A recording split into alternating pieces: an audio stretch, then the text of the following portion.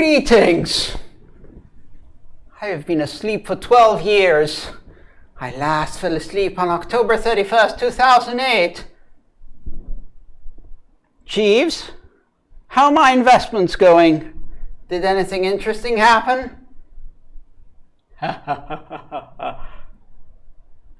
Bitcoin? My investments?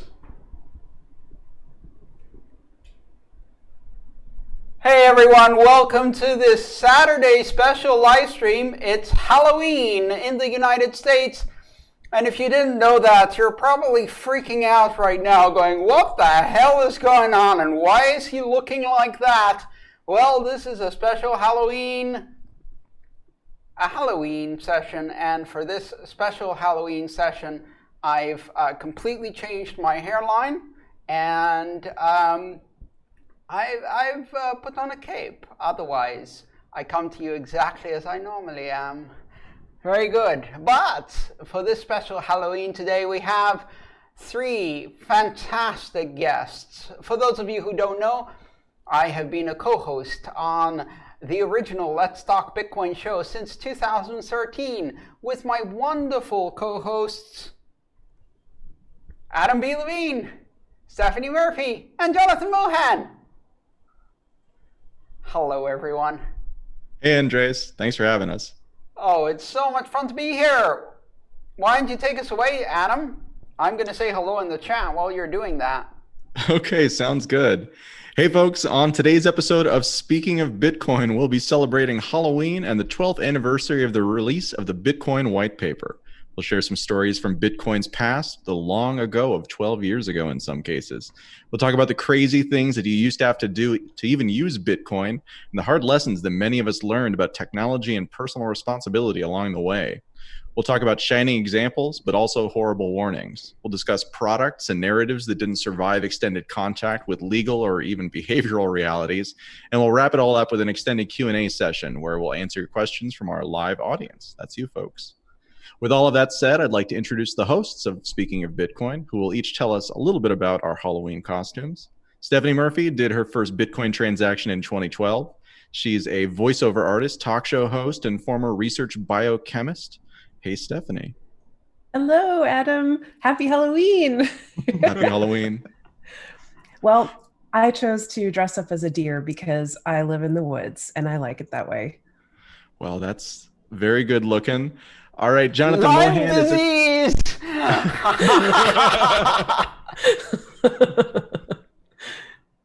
Jonathan Mohan is a community builder who played a key role in the evolution of New York's vibrant Bitcoin scene, a founding member of the Ethereum team, CEO of Themis, and fun fact, is so smart because he literally won't stop listening to audiobooks at 3 times speed. Jonathan, what book are you listening to right now? And good day, sir. Nothing redeeming, just good sci-fi war literature. I Nice. figure, America hasn't started a war in a while, so I might as well start one in my head. Okay, and your sign says the fork is nigh. What's going Yes. on here? Well, I am from the future. I am from the year 2141 when the last block has been mined, and I have been sent back in time to tell everyone that you must embrace the forks. If you don't, the Bitcoin will die in the year 2140, and I am here to say that there are only 2 people in this world, those against forks and those with the fork. And you must embrace the fork because the fork is nigh. There are 3 people in the world, those who are allergic to forks because they are silverware. Thank you, Andreas. A sobering message for us all today. And of course, for those of you watching the live stream, you know Andreas M. Antonopoulos, author, teacher, and the man who turned his iconic hairline into a leading educational brand in crypto. Andreas, thank you very much for setting this up. Thank you. I've been waiting for a show like this for centuries. Well, I was going to say, Andreas, you didn't wear a costume today. No, I didn't feel like I should dress up for Halloween. So instead, I just wore one of my iconic shirts, Not Your Keys, Not Your Coins, which in itself is a horror story many have lived. And one we'll certainly talk about as we get into today's show. Some of you may be asking, who are you? And I'm glad you asked. I'm Adam B. Levine. I'm an entrepreneur, a journalist, and for the last year, I've been building a new podcast network as an editor at CoinDesk. I'm also the coolest wizard on this call today. So, so thanks to all of you for watching the live stream and listening to the subsequent podcast version, and a happy Halloween to all. So kicking things off, I'd like to just jump right in, travel back to the very early days, the days before multi-sig, before SegWit, and even hierarchical deterministic wallets, whatever those things are. We're so used to them now. Back to the days when using Bitcoin meant running a full node because there wasn't any other way to do it. And in this murky past, there were many casualties as we introduce our first horrific concept, the Wallet.dat. Andreas, I'd like you to start us off with an explanation of what this horrific creation was and what we all suffered through in using it. Yes, so the Wallet.dat is the first wallet that was created in the Bitcoin QT or Bitcoin Core clients before it was called Bitcoin Core. And I don't know actually if Wallet.dat was the first, in fact, but I think it was. And it was an implementation of a wallet on top of a database platform called BerkeleyDB that has quite a few problems with it, especially with synchronization and backup. And to make things worse, the way this wallet was initialized was with a key management mechanism called just a bunch of keys, or JBOK, which basically meant the wallet would generate 100 keys completely from random, so no seed, no deterministic, hierarchical deterministic wallet or anything like that. Those things didn't exist. It would just pick 100 random numbers and make keys. So, and every time you did a new transaction, it would see if it ran out of keys yet, and if it did, it would make some new keys out of random numbers, which meant that if you didn't back them up and something happened to your computer, you'd lose the latest keys. So you had to regularly back it up, but you couldn't do that with the software open because the database was in an unstable configuration and could get corrupted. So you had to shut down the software every now and then. It was just a mess. Lots of people. You also had to download the entire blockchain onto your hard drive, and sometimes I remember running out of space. Yeah, the Wallet.dat was interesting insofar as it was like a first implementation of this idea that we've come to really appreciate, and which has gotten a lot safer as time has gone on. But in that sort of early period, sort of the thing that you really wanted to avoid was using too many addresses, because you would blow past the limit. And then if you then tried to recover your wallet and you didn't have like a very recent copy of this one file that you had to, you know, I still have backups and stuff like that, right? That have just like tons of Wallet.dats, because I, on a couple of different occasions, had to change computers and wound up losing Bitcoin that I had received, but then my wallet could no longer find because I hadn't backed up the Wallet.dat file recently enough. So that kind of led to this whole, it led to a number of technologies, hierarchical deterministic sort of primary among them, which took that idea that your computer is just randomly going to generate these things and instead said, okay, instead of randomly generating them, we start with this, and then here's address 1, here's address 2, and you can generate an, I believe, unlimited number of addresses using this type of system without necessarily having to constantly be backing up when you use too many addresses. Yeah, I mean, that's the problem with legacy technology. As my kind know, there was a time when we used wooden coffins instead of stone ones. And it was just a mess. It could leak light from a window, or people could turn it into a wooden stake right there without sourcing other additional materials.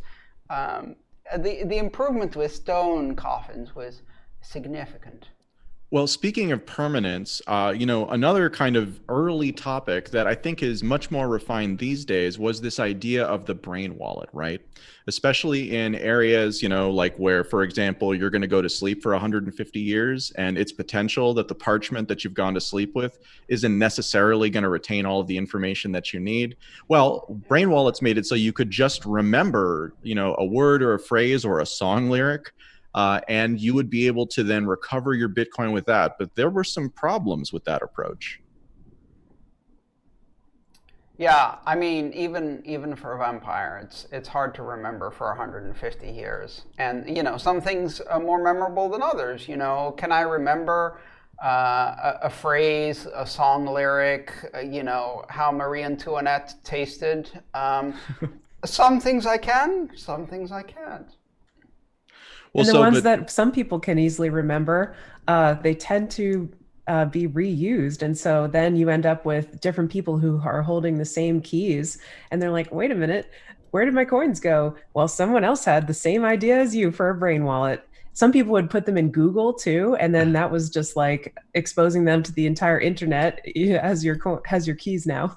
But so, Wallet.dat too. Yeah, so the brain wallet idea, a lot of people overestimate their own ability to create randomness and underestimate the ability of other people to attack that randomness. So there's a technique in information security called a rainbow table or lookup table that's used for passwords too, which is effectively, if you think about it, a brain wallet is just a common phrase like Mary had a little lamb.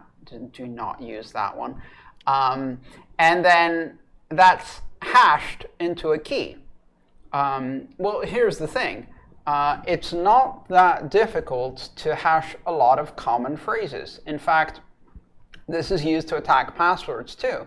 So what you do is you take hundreds of thousands, millions of words and common phrases and song names and lyrics and stories and TV characters. And in fact, on the internet among hacker forums, there are hundreds of pre-built dictionaries that contain things that people commonly use, from Klingon to Elvish to Star Trek names and characters to common phrases, all things like that. You hash all of those things and you make a database that is several billion entries. And then all you have to do is keep an eye on the blockchain and look up every address that appears on the blockchain to see if it matches one of the ones you've already created. And if it does, you already know the phrase that it corresponds to because that's the database you have, and you simply spend the money. The time it takes for a brain wallet to be seized today is 2.7 seconds from the moment it is broadcast to the Bitcoin network. 2.7 seconds and someone spent it. It's interesting to kind of think about that as sort of the where we ended, but in kind of the earlier days, that was not really true. This was sort of one of the first opportunities that opportunists within sort of the cryptocurrency community found to be able to try and sort of systemically farm people's naivete, you might call it, through this sort of brain wallet compromise scheme. And in the kind of, I remember back in the very beginning, this did happen, but it wasn't automatic. It was literally people who would just go and try all kinds of common things and establish wallets kind of in advance. I remember blockchain.info was one of the big places where this would happen a lot. But again, like if you look at what happens these days in DeFi and with many sort of smart contract driven platforms, where you have lots and lots of money held in these contracts. And there's no simple way to do it, like kind of with the old brain wallet, but you're still looking for those weaknesses in the system. You're still looking for those exploits. And although the difficulty of finding things that you can exploit has gone up a lot, well, the amounts of money that we're talking about now have also gone up just, at least as much, if not more, in that same amount of time. Yeah, I also remember when blockchain.info would send you an email with your wallet.dat file whenever you sent a transaction. And you'd have to think about which Gmail account it went to and how that's now there forever. And those were fun times. Yeah, it was a more naive time, certainly. So another thing that kind of came out subsequent to all of this, as people were starting to become more concerned about privacy, was the idea of multi-sig wallets. And we're now on a much later implementation, but those early implementations, even it's such kind of like a sign of where we started from, where none of this stuff existed. And so many things had to kind of be discovered by people doing the wrong thing first a couple of times before we finally got to the right way to do it. Yeah, multi-sig was such a terrifying thing in and of itself. I mean, it came out and it was a very long time in Bitcoin time periods before anyone meaningfully used it. It was one of those things that you knew you should be using, but you were too afraid to touch. Sort of like how everyone knows they might or should have a solar panel, but they're really glad someone else does. Most people are terrified to touch multisig today. Yeah, well, I remember one of the funny stats was when Ethereum did their crowd sale, they did it in the one system they could trust financial inclusion and security to, which was Bitcoin. And they wanted it to be secure, so they used multi-sig. And so for the year where Ethereum had a crowd sale and had that Bitcoin in that multi-sig address, it was something like 30 to 40% of all multi-sig Bitcoin were the Ethereum crowd sale funds, because it was frankly that much effort it took to set up a multi-sig. And if you think Bitcoin multisig, which is implemented in the core protocol, is scary, you haven't heard about parity multisig on Ethereum, which is the one that failed, ended up having the smart contract underlying it killed, and then locked up at the time $150 million that had been raised by various companies that were using it as their treasury. Yeah, I think another interesting thing is that we talk about how scary and difficult to use things were in the past, and we sound like we're millennia old. Back in my days, you had to walk from the castle to the school every day. Uphill both ways. Uphill both ways in snow. But the thing is, things are still difficult to use. Things are still scary for newbies, and we're nowhere near a level of maturity that will allow us to go mainstream and have more people easily adopt this stuff. It's just we have become a bit more experienced and a lot more numb to the risks and the difficulties, so we don't notice them anymore. But if you talk to some of the people who are new, 2019 users, 2020 users, they're still baffled and bewildered by all of this. And if anything, there's now so much more technology to try to learn. You're right I agree with you in that, there are still meaningful challenges in front of it. But I think that a lot of the way that Bitcoin has developed as a use case, moving away from sort of the base transactional thing, where kind of in the early days, we'll talk about narratives that didn't survive sort of the years that have gone by in a little while. But just that whole idea that, like multisig, for example, in those first implementations, multisig was something that wasn't supported in really any wallet. And that played a large role in why it was so challenging to use. Sure, it was there in the protocol, but you don't use Bitcoin via the protocol. You use Bitcoin via some sort of wallet or other device that then is an implementation of that protocol. And today, if you want to go looking for, multi-sig wallets that are easy to set up and relatively easy to manage, again, like we've come so far that we still have certainly much further to go, but there's been a lot of progress since then.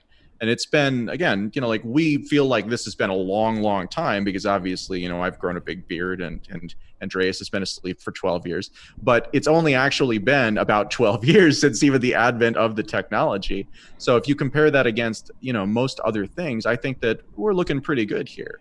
I want to turn us briefly to sort of, and it's not really the origin story for the show, but one of the reasons why I thought that there was an opportunity to create a podcast about Bitcoin and a show about Bitcoin way back in 2013. And it was actually the third or fourth one that I had created by that point, was because of another show that had existed and which had gone pretty aggressively extinct in the run up to our starting the show. It was a show called The Bitcoin Show.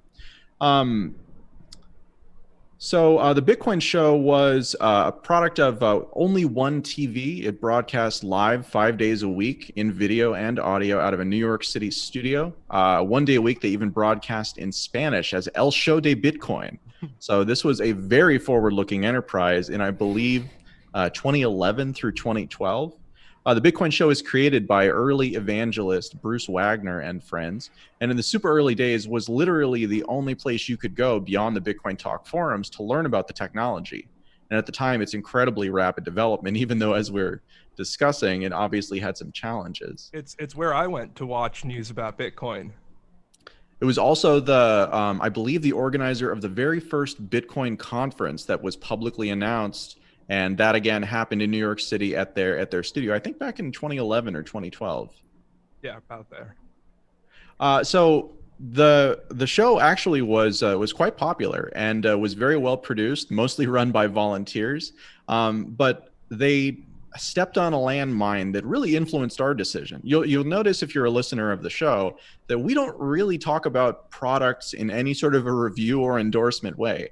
And that is entirely intentional. And it is because with all of these challenges that we're talking about, the ability to look at a product and be like, oh, not only is this a good product, but it's not inevitably going to blow up in my face, is actually really hard to find. And so that is pretty much exactly what happened to the Bitcoin show, is that we're talking about these challenges with kind of the early ways that wallets worked. And one of the ways that people tried to solve that, one of the ways was brain wallets, which had the problems we're talking about. But another way was early web wallets. And today, when we think of web wallets, we're thinking of MetaMask, and we're thinking of, what's another one? Edge.dot. It's not really a web wallet. Those are application wallets. Just the browser wallets, really, not browser web wallets. Thank you. Now they're extensions and browser wallets. Yeah. So, in this kind of early period of time before we knew better, instead of looking like a MetaMask or something like that, where you are holding your own keys, as Andreas says, these were actually a lot more like the exchanges of the day. And you would basically have a login that you would go to a website for, and then you would be holding your Bitcoin there, and it would feel like it was your Bitcoin, but that whole not your keys, not your coins thing comes into play here. And my Bitcoin, which is what the wallet specifically that was endorsed by this show was called, was either hacked or there was an exit scam. We still don't really know, as we often don't in these situations. And hundreds of thousands of Bitcoin were lost. I was looking at the stats, and I believe it's something like $1.8 billion worth of Bitcoin at current prices. Wow. Was lost. Luckily, they actually had 50% of their Bitcoin kept in cold storage, which at the time was an incredibly advanced idea. We can talk about paper wallets in a minute, Andreas. I know that you have some thoughts about those. But again, like this whole idea of how do you look at this space and figure out what is or isn't safe. Stephanie, what was your experience with the early web wallets in the space? I remember blockchain.info and also InstaWallet. InstaWallet was another one that got somehow compromised, and it lost a bunch of users' coins. And I actually had some coins in there, and I remember like applying for a refund or something, and I got like half a Bitcoin back or something. I got like half of it back, basically. Yeah. So I guess that's better than nothing, but it definitely taught me not to rely on web wallets anymore. And, those were good because you could tell someone who, at that time, I was really interested in like trying to spread the word about Bitcoin because I thought it was really cool. So I was telling people, oh, you don't have to be that technical. Just go to instawallet.com or blockchain.info and just create like a login and a password. And then you can store your Bitcoin there.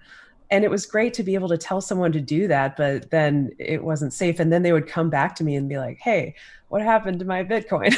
You told me to go to this website. So yeah, it was a common story. And, in the kind of aftermath of a lot of that, people started they were like, well, there's no real business model here, but exchanges have a business model. Why don't I just keep my coins in someplace much safer, like Mt. Gox? Jonathan, much safer. Exactly.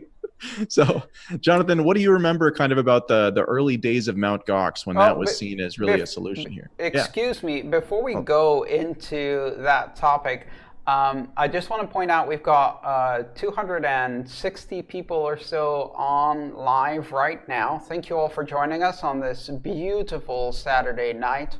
And thank you all for coming and participating. For those of you who are wondering what the hell is going on, it's Halloween in the United States, which is a special costume day. As you can see, we have all dressed up as various variations of sexy nurse. And yes, I'm the recently deceased sexy nurse, but there's various other models out there. And if you're wondering who these other people are, because you're on my channel and you're wondering what the hell is going on with that, I've been doing a podcast, which has now got more than 500 episodes, I believe, Adam, right? 460, somewhere in that range, counting the normal episodes. Yeah, we're getting there. 460 episodes since March or April of 2013. And it is the longest running podcast about Bitcoin and related things. And the original Let's Talk Bitcoin show, as it was called, is now called Speaking of Bitcoin, SOB. And these are my co-hosts. So I'll pass it back to Adam so we can continue the conversation. Okay, sounds good, Andreas. Thank you for that. Thank you, Andreas. So, you know what? Actually, before we get to the Mt. Gox topic and kind of the era of exchange hacks that it spawned, let's talk about some just kind of early experiences in terms of scams within the space, because this is a space that is notorious for scams, and they started pretty darn early. Yeah, I think the best place to start is pre-exchange, which was doing transactions in person. Right. I mean, there was, before Mt. Gox, there was something even worse, even more disgusting, and even more scary to do business with, and it was called PayPal. And so what people would do is say, you know what, why don't I just PayPal you the money and you can send me the Bitcoin? And that's when, as a community, we learned what when you send it and you can't charge it back actually means, what immutability means when it comes to no chargebacks, because PayPal doesn't have that problem. In fact, it's not a bug, it's a feature. And so I cannot count the number of people in the early days of Bitcoin who would find someone on Bitcoin Talk or find someone over Facebook. Hell, I did a transaction for $20. I guess a quarter of a Bitcoin now. Hey, and did it over PayPal. And because Bitcoin can't be charged back, a day later you find out, hey, I didn't have that $20 I thought I had, and you got scammed. Which led to the innovation that at the time was localbitcoins.com. Today, it's something of an institution around the world, especially in places where exchanges are not allowed. But at the time, that was seen. And it wasn't just that, too. I remember there were John Light and a variety of other people engaged in what were called the Buttonwood meetups. We did a number of early episodes on these. And Buttonwood was a reference to the start of the stock market, basically, when the stock market had been basically just guys meeting at a coffee shop or in a park and trading ownership shares in companies. Yeah, and so that in New York City, actually, back in early 2013, the community was talking about scary stories about people meeting in person and feeling very afraid for themselves and their security. And so at the early meetups, we had this conversation. It was like a 2-hour conversation. And we decided actually to meet every Monday at Union Square. So from about 2013 through to like 2015, there were weekly meetings in the park. And the funny thing was, this was during Occupy Wall Street. So cops were everywhere and people thought Bitcoin itself was criminal. And so they said, well, where are you going to do a transaction? And he said, the park. So why would you do a transaction in the park? And we said, because that's where all the cops are. and so there'd be 20 or 30 of us. And so both for your own security, but for a normal person, someone who's new to the space, you feel a lot safer that 30 random people aren't going to rob you than one. And so one of the least scary ways to buy early Bitcoin would be to, at least in New York, go to a park. And in fact, it got to the point where I think there were over 20 of these let's meet up once a week and buy and sell in person Bitcoins. They were called like Buttonwoods or Satoshi Squares. Yeah, Satoshi Square was the other one. Yeah. That was one of the ways where if BitInstant couldn't serve you and Mt. Gox couldn't do it and you were too afraid of PayPal, you would just meet in the park in your local city. I mean, your local park in the city. Yeah, speaking of trying to trade peer-to-peer using the existing banking system and PayPal, chargebacks weren't the only thing you had to worry about. If PayPal found out that you were selling cryptocurrency, they would ban your account, or other institutions too. Banks, some banks were accepting, like, you could drive up and deposit an envelope of cash into someone else's account, and they stopped that real quick. There were a lot of people that got their accounts shut down, and so you could find yourself unbanked pretty quickly. Maybe that wasn't scary to some, but for some people it could be very inconvenient. It wasn't until the Senate hearings in November of 2013 that the different alphabet letter agencies in America said that owning Bitcoin in and of itself wasn't a crime. They went on the record and said that, and right after that sentence was said, Bitcoin went from 500 to 900. Yeah, but there was still a stigma. Yeah, there was still a stigma for many years. And that was another big reason why sort of the in-person group event thing became a thing, and why, frankly, local Bitcoins became a thing, is because, at least in the United States, although the legal status about this thing was very uncertain and it was not at all clear that there wouldn't be trouble. I remember in the early days when I was starting shows, I started the first 4 Bitcoin podcasts that I did not using my real name. And that was because there was concern that, well, putting this stuff on the record might be a thing. But the one thing we did know is that 2 people in a non-business setting, trading one thing for another, that's not something that can be made illegal if it's not already proactively illegal, right? It can't be retroactively turned into an illegal action. And so that kind of led to this in-person thing, which I think had a really positive impact. And Andreas, I'd like you to kind of take off from this one, but it really started to build a community of people who didn't just know each other on the internet, even though what we were talking about was magical internet money. It started to build the relationships in real life and create the infrastructure that we've now seen develop into, frankly, an enormous industry.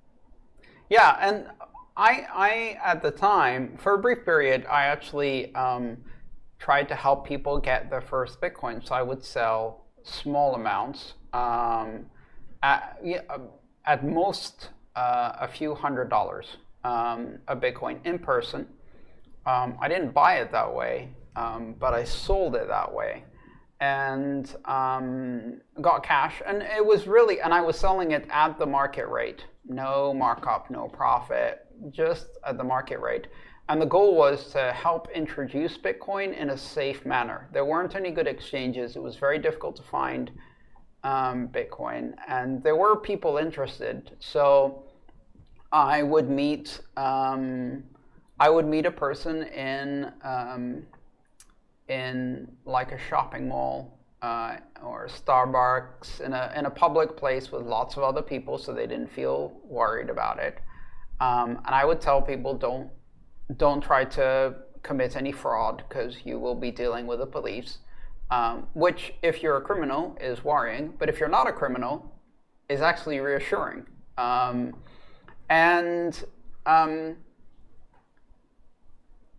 problem, of course, was selling Bitcoin is much riskier than buying it. So if you buy Bitcoin in person, you can verify, especially if it has escrow, that the Bitcoin is indeed real and yours. So you can just wait around for one confirmation would be enough in most cases. And then you're comfortable, right? You've got the Bitcoin, it's yours, done. On the other hand, selling Bitcoin is a bit more risky, and I did get scammed once, memorably, when I sold a few $100s worth of Bitcoin and was passed counterfeit $20 bills. And I didn't know they were counterfeit. At the time, I wasn't sophisticated enough to test them. So I looked at them thinking, I can tell, right? We can all tell. I'll look and see if there's what looks like a watermark and if it feels right, etc., etc. Turns out you can't tell. And I discovered very quickly the forged $20 bills are remarkably difficult to tell apart unless you have a UV pen and you know how to use it, and you can shine a light through it and all of that. So unless it gets wet in your case. Right. So in my case, I then later that day was at a bar with some friends, and I paid for some drinks, and the bartender called me back and said, "Hey, dude, don't pull that shit here. This money isn't real." And I'm like, excuse me? And my $20 bill, which I had left down on the counter, had melted because it got wet. And linen doesn't do that, but printer paper does.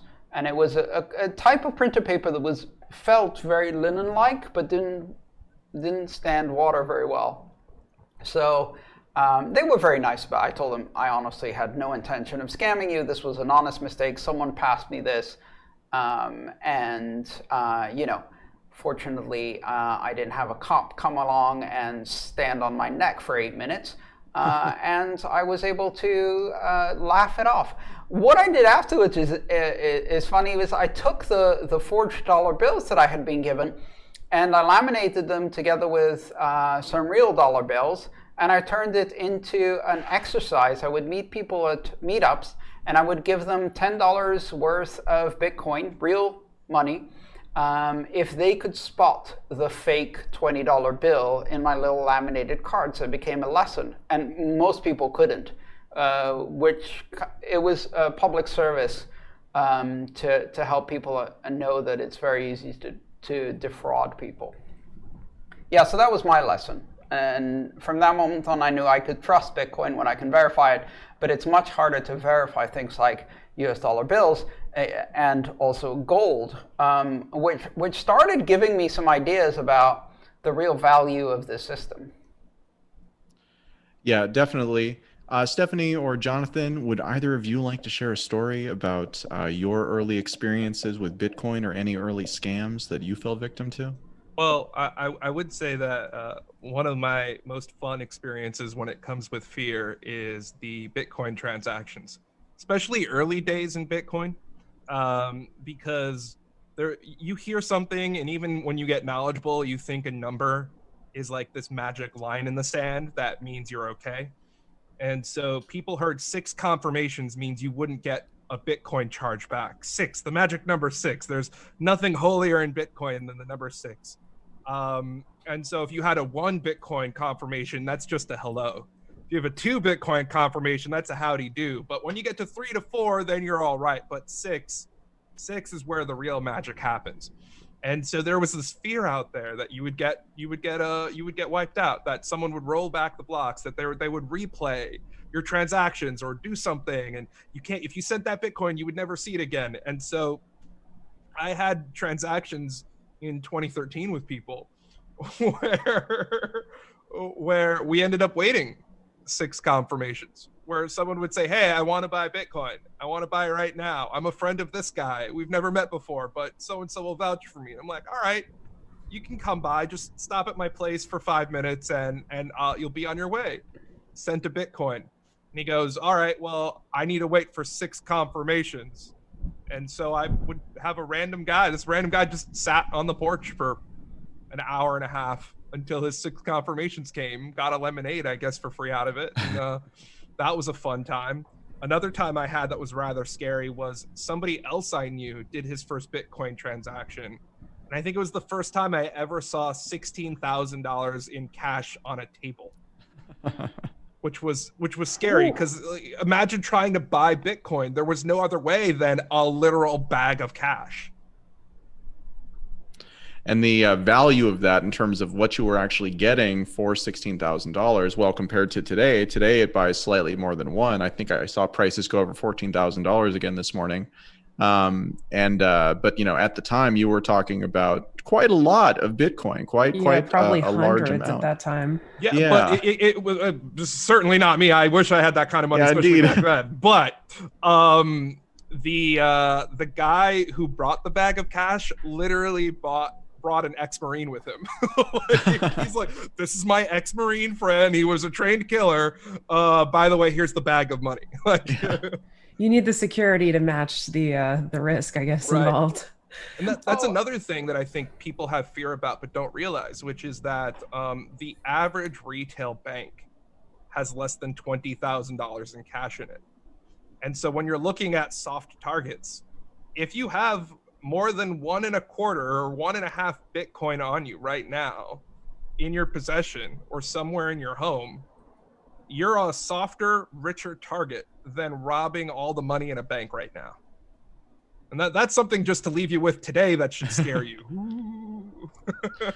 Let's take a brief breather here. We have 320 people on the live stream. Welcome to everybody who just joined. If you're wondering what's happening, I'm here with my co-hosts from the original Let's Talk Bitcoin show, now called Speaking of Bitcoin.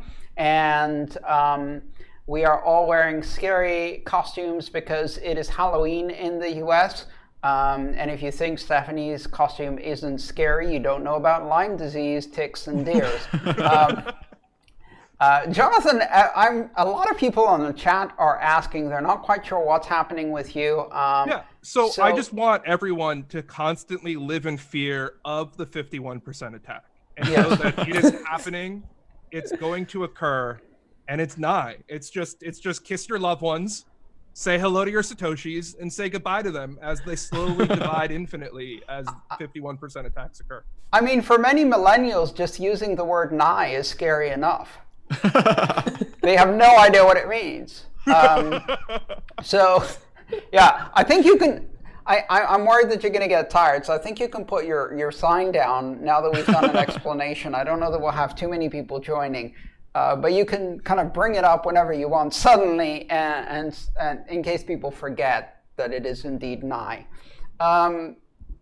Very good. 1 second. So a toast to my lovely co-hosts. Thank you so much for joining today. I don't know if you also have a nice beverage. This is a fantastic California Oneg. It is not aged. It's from a young, kind of like a Beaujolais Nouveau. Although the baby this came from was slightly older than a year. So cheers to you all. Cheers indeed. So, fantastic. So I remember the first time that I was looking to buy Bitcoin. At the time, the methods that were available for me to do so, this was before the era of Buttonwood, before the era of sort of, really any sort of meaningful methods. And I remember there was one person on the Bitcoin Talk forums, which was one of the very early places where all of the community happened at the time before we had this broad diaspora that's come since. And there was a gentleman who went by the name Bitcoin Morpheus, who had an address in DC, Washington, DC, where you could send an envelope full of cash, and he would then transfer Bitcoin to you. And at the time, I believe Bitcoin cost about like $5 each, something in that range. And I was considering getting about 10. And I was like, it's just too risky, just too risky. In hindsight, not a great choice, but the kind of early, unsupported nature of this, there had been experiments like this before. And I think we have a question we'll be getting to in the second hour, where we kind of talk about sort of the early origins of the technology from Adam Back that would later in part inspire Bitcoin and the way that proof of work works. But Stephanie, I think that it was 2011 that you got your first Bitcoin. Is that right? Yeah, I got it as a gift. It was like a tip for a radio show that I was doing, and someone who was listening to it was actually ended up becoming a very influential person in the world of Bitcoin. The original Bitcoin Jesus.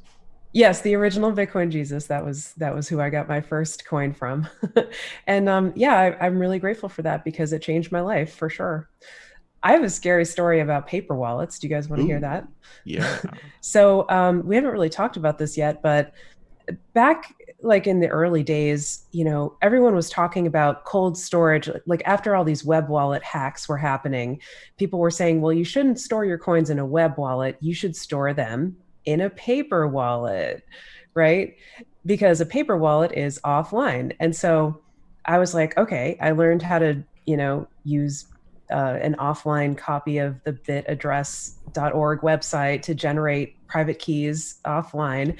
So I had some friends who were doing it with like a graphing calculator. Like one of them wrote a program to do it, and someone was doing it with dice. I didn't go that far. I was just using an offline copy of Bitaddress. But, I was learning how to do this and made some paper wallets and was like, using some for cold storage. And a friend of mine asked me how did I do this, and wanted me to teach them how to do it. So I said, okay, sure, I'll teach you. And, we went through it together. And then my friend proceeded to make a bunch of paper wallets, because at the time, this may have even been before hierarchical deterministic wallets. And so each set of keys was a different address, and then you would just kind of split up your coins and put like one coin in each address or something, and that was a separate piece of paper.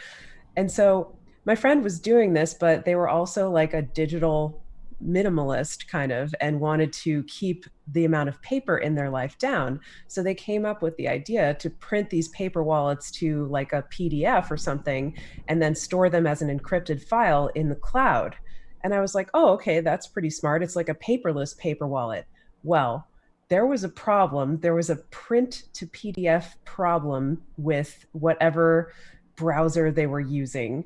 And somehow it cut off the QR code that you needed to get the private key of there were 5 paper wallets on every page. It cut off one of them. And so my friend had already loaded all of them, and they ended up losing 20% of their coins because then they couldn't access the paper wallet.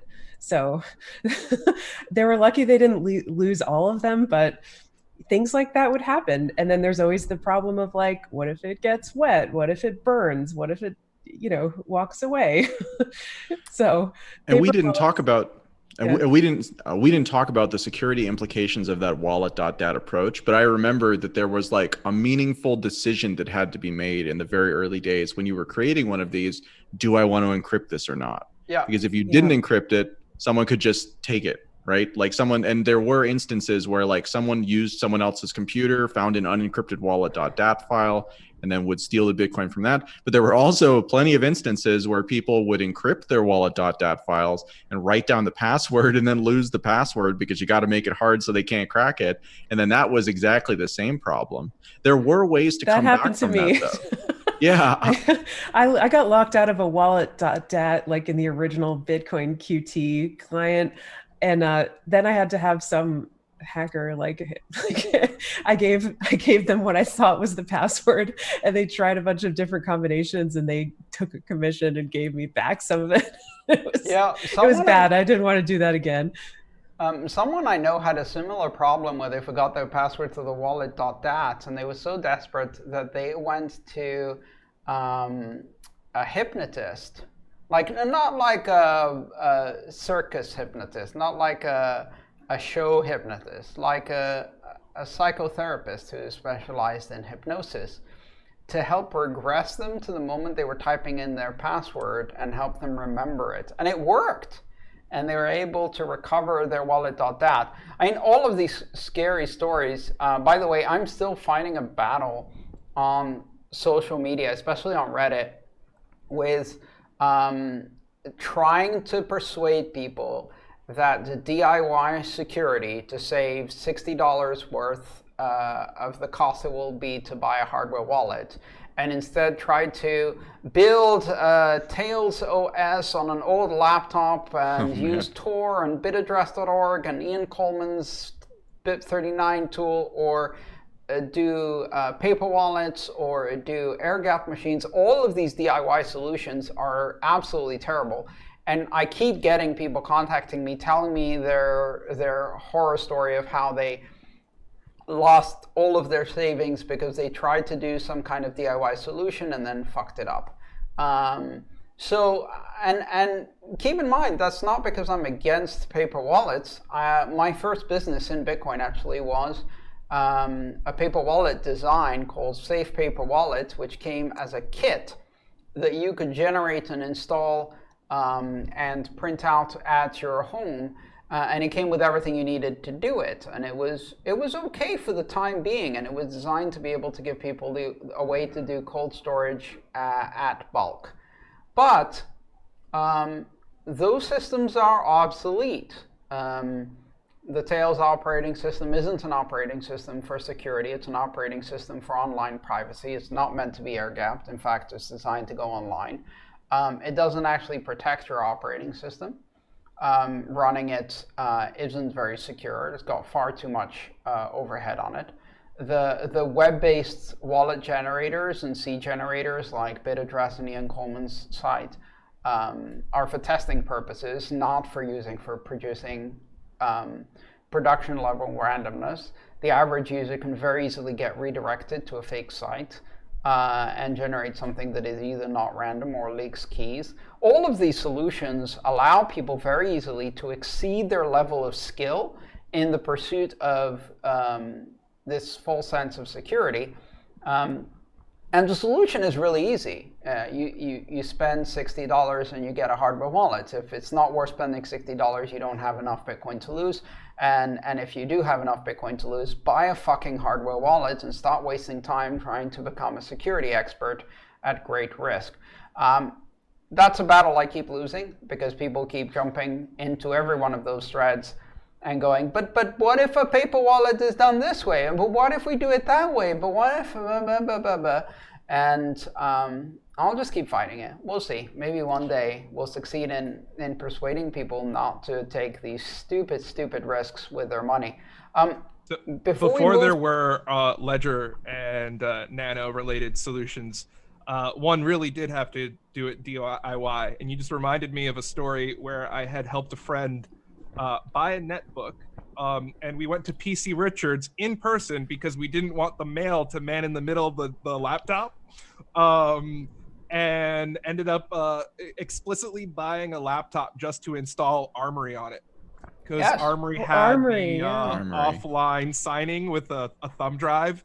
And then I remember putting all the software on the thumb drive so that this naked laptop never touched the internet. And then checking the checksums to make sure that the software I downloaded didn't get man in the middle before I installed it. That you have to do that. But I mean, that's a process that for a security professional, you're looking at a minimum of 12 hours to create a hardware, a secure air-gapped piece of hardware and install it correctly. And it takes a lot of work. It takes a lot of work, and that's if you know exactly what you're doing. I used to build air-gap systems for my job, for companies that needed to do things like certificate signing for financial networks in the banking industry. And these are very difficult to do, and they're very difficult to do right, and they're even more difficult to maintain. And the maintenance protocol is incredibly complex, so you don't end up compromising it after the fact. And all of that work has been done for you in a hardware wallet. That's what a hardware wallet is. It's a laptop without anything that's unnecessary and an operating system without anything that's unnecessary that's designed to do exactly what you're trying to do with a laptop and an operating system, only done by people who actually know what they're doing. And it's so easy to mess up.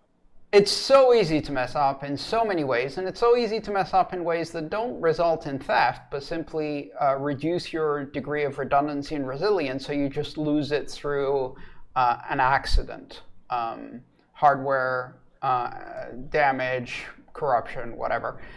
Before we go to our next topic, I do want to point out that we are going to be taking questions from the audience, and in order to ask questions, you need to, whoops, one second.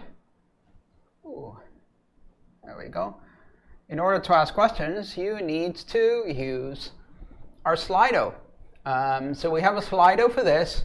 To ask questions, go to slido.com. The event code is Scary Crypto, son of a bitch. Scary Crypto, speaking of Bitcoin, which is the name of our podcast. And you can ask your questions there.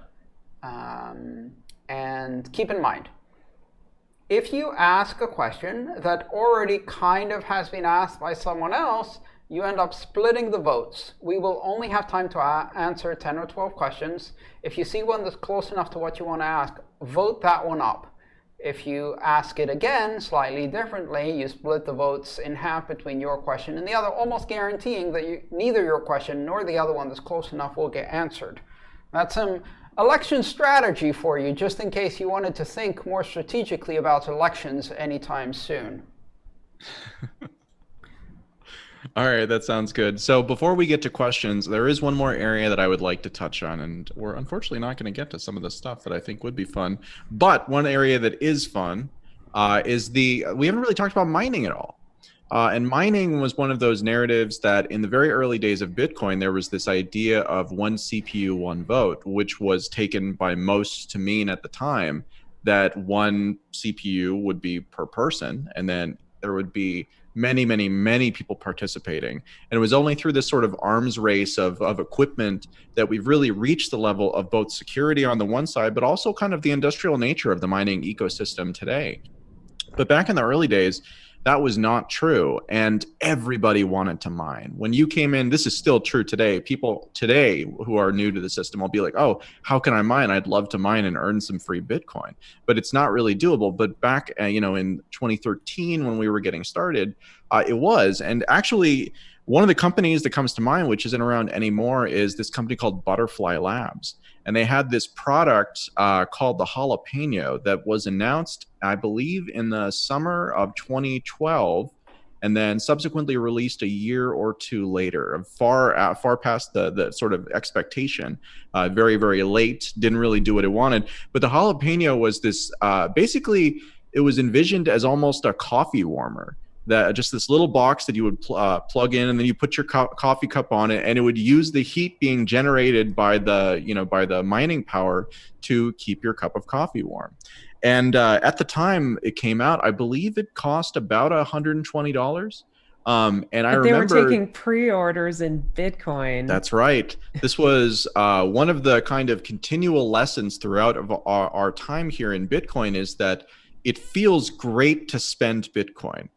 But later, it feels really, really, really dumb. And so I remember with this one, I pre-ordered one of them, and I think I paid 13 Bitcoin for it at the time, which at the time I was like, oh, this is great. The price of Bitcoin has gone up a little bit. And so I'm getting probably a thought savings. You'd easily make it back, right? Well, I don't know about thinking I'd make it back. I don't know. It was just so hard to conceptualize sort of the price doing what it would then later go to do. In the first year of us doing the show, when I believe I was still waiting for this to be delivered, the price of Bitcoin had gone up to hundreds of dollars and then to low thousands of dollars. And so this 13 Bitcoin that it seemed like such a great spend at the time on this device that I was sure was going to be really cool wound up being something that later I was like, oh man, this is a terrible idea. And I actually got a refund in, I believe, the winter before we started the show. And they gave me the refund in Bitcoin. So I got back like a quarter of the Bitcoin. But by having gotten that refund, I was still able to, not lose everything that I had spent on it. But my total cost on that device when it was finally delivered, I think I calculated, and it was in the thousands of dollars range. And that's a lesson that I've learned over and over and over again. So I'll just kind of open it up to the rest of the hosts. But talk to me about like spending and things that you spent and what you later thought about them, and also talk to me about kind of your early involvement with mining to the degree that you participated. Stephanie, let's start with you. I got into mining kind of late. At first, I was experimenting with mining Litecoin, and at the time, I was in school and I had access to a workplace with free electricity, and so I was like, "Hey, why not try it?" And I tried mining some Litecoin. I think I was still a little too late to the game at that point. They were starting to use GPU mining at that point instead of CPUs. And so then I got the bug and I was interested in it. And I set up like a GPU rig at my house just to see if I could do it. And I think I got a few Litecoins, but it really wasn't enough to pay for the GPUs and the electricity. Like it was definitely just a hobby. So I was not doing it professionally enough. And the market kicked me out, which is probably a good thing. And then later in a raffle or something, I won a cloud mining contract, like when cloud mining was starting to be a thing. And I was thinking like, I don't think I would ever buy this, and I don't really understand like how this works. It feels a little bit weird, but it was cool to win that and just see like a payout come into my address every day. If you want to talk about something scary, cloud mining contracts. So back in 2013, it was way too hard to have enough skill to make a shit coin. And so the original shitcoin was just selling these fake digital certificates that claimed that the other person was mining Bitcoin for you. And it's very easy to turn into a Ponzi, because all you had to do was pay out some of the original investors in the mining from the income from the future investors, which made them feel like they were making profit from mining. And there's no way to verify that there's any machines running in the background that are actually mining. And this continues to this day. I get contacted at least a couple of times a month from people who have been pulled into a crypto mining scam, where they're told that their payout is imminent. Anytime now they're going to get a payout, and that of course never happens. All right, is everybody ready to go to questions? Well, let me just wrap that one up real quick. But yes, we'll go to questions right after this. So there were a number of, I think we can at this point call them scams or Ponzi schemes that made extensive use of this whole cloud mining value proposition. A particularly notable one was a gentleman named Josh Garza, who ran GAW Miners and Paycoin and a couple of other projects. And he actually did wind up, it was actually quite interesting. It was one of the first instances of a community that was involved in a scam in cryptocurrency aggressively coming to the defense of the person who was running the scam. And I remember back when Let's Talk Bitcoin was a full news desk, we were working closely with a gentleman named Mike who ran a site called CoinFire. And he was all over that story and wound up getting into a bunch of legal actions with Josh Garza. And Josh Garza was eventually convicted of, I believe, wire fraud charges and sentenced to 21 months in federal prison. And he was also fined $9 million for that, actually. So it was quite a, this was an early project which took years to work its way through the legal system. But yeah, cloud mining, again, that attraction that people have to mining at the point that it became industrialized and it wasn't really possible to do anymore, well, there were always people who were willing to take your money and tell you what you wanted to hear. And that remains true in Bitcoin today. So it's just another reminder to, keep your wits about you. And if something sounds too good to be true, it probably is. But with that, Andreas, let's go to questions. All right, let me get this up. All right, and here is our first question, and I'm going to have to switch screens quickly so I can actually read it, because I only became immortal in my 50s, at which point I already needed reading glasses. It's a tragedy for vampires. What are the major threats and risks associated with Bitcoin as an investment, excluding sound monetary policy? Any technical threat? How about China's influence? This question comes from Mahdi. Well, I will say that I've gone to a number of internet committee events like the World Wide Web and ICANN and other such related organizations. And when you talk to people who sit on the boards of those organizations or on steering committees, especially early in the life of Bitcoin, they would say, one of the concerns I have is how the backbone for this infrastructure is based in China, and what the political ramifications of us agreeing to put our influence behind making this a part of core infrastructure to the internet would do.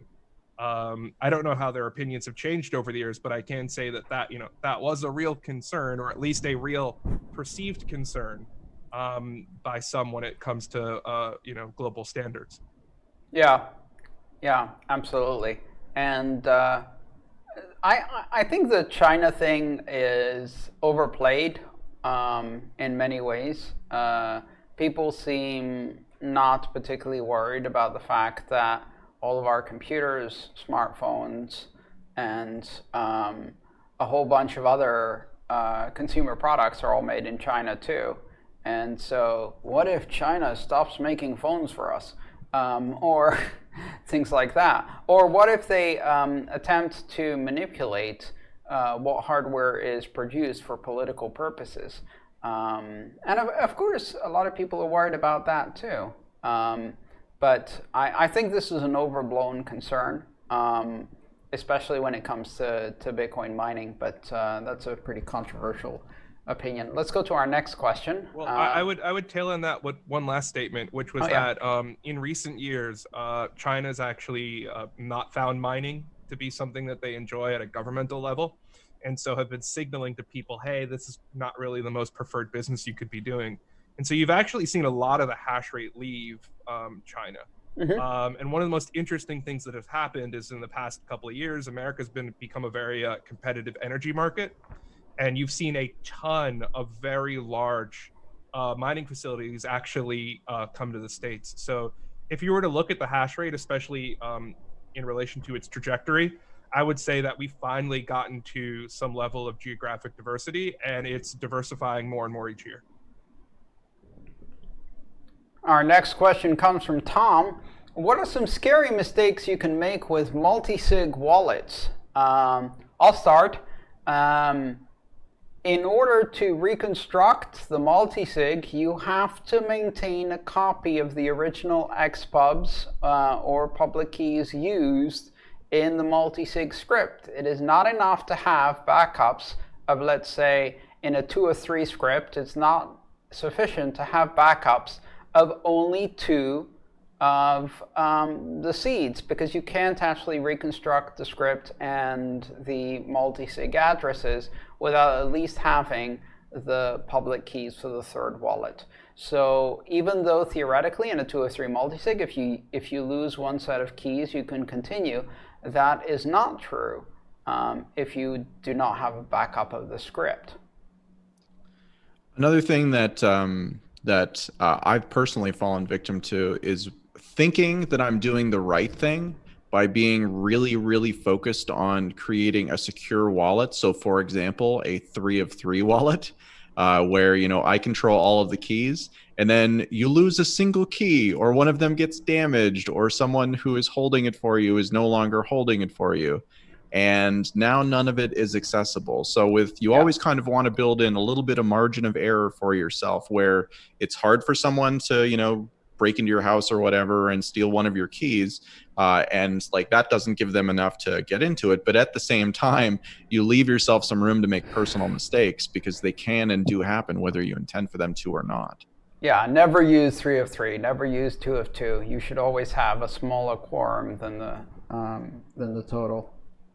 Also, there's issues with inheritance and passing them on to heirs. You know, there's an entire book about this by Pamela Morgan, Crypto Asset Inheritance Planning, where most of the time, you know, people are concerned about security and people stealing their coins, but most of the time the issue is that their loved ones can't access their money after they're gone, and they're no longer able to show them how to access it.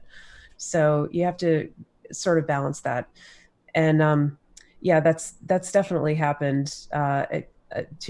I've heard of some examples of this, you know, like where the security was kind of prioritized over the ease of access, which is always a trade-off. Right. Recently, I had an issue with a multi-sig wallet. I was just like you said, Andreas, trying to import it into a different wallet from one multi-sig enabled wallet into a different one. And I got the derivation path wrong or something like that. And I looked at the imported wallet and I was like, 0, you know, like there shouldn't be 0.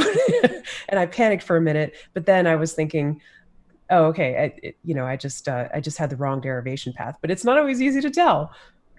Yeah, for sure. Okay. All right, next question. Next question.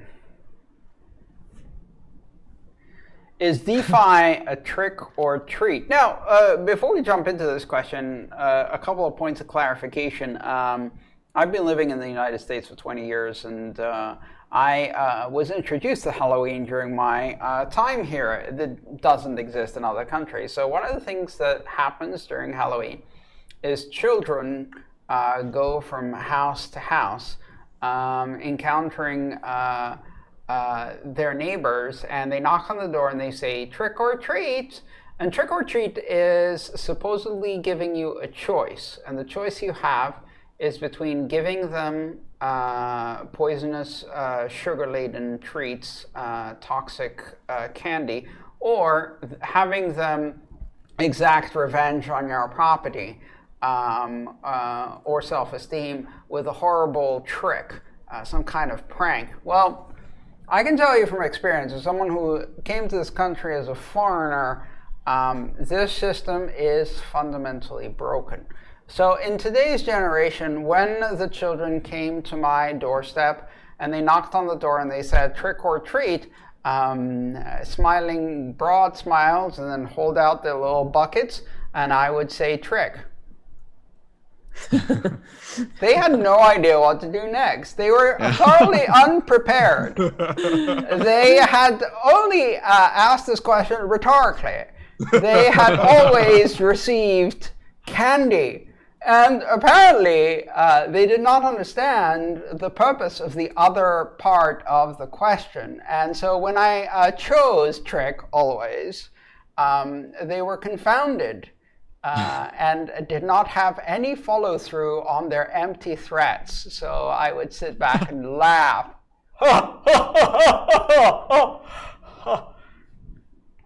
You called their bluff on the candy extortion.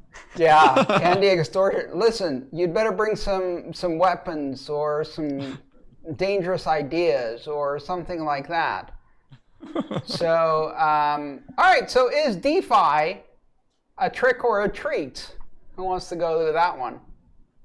Well, DeFi is like a large thing, right? Like a large umbrella. What is that? I wonder what the person means. DeFi as a concept is perfect and beautiful, and like rainbows and unicorns can never hurt you unless that's how you like it.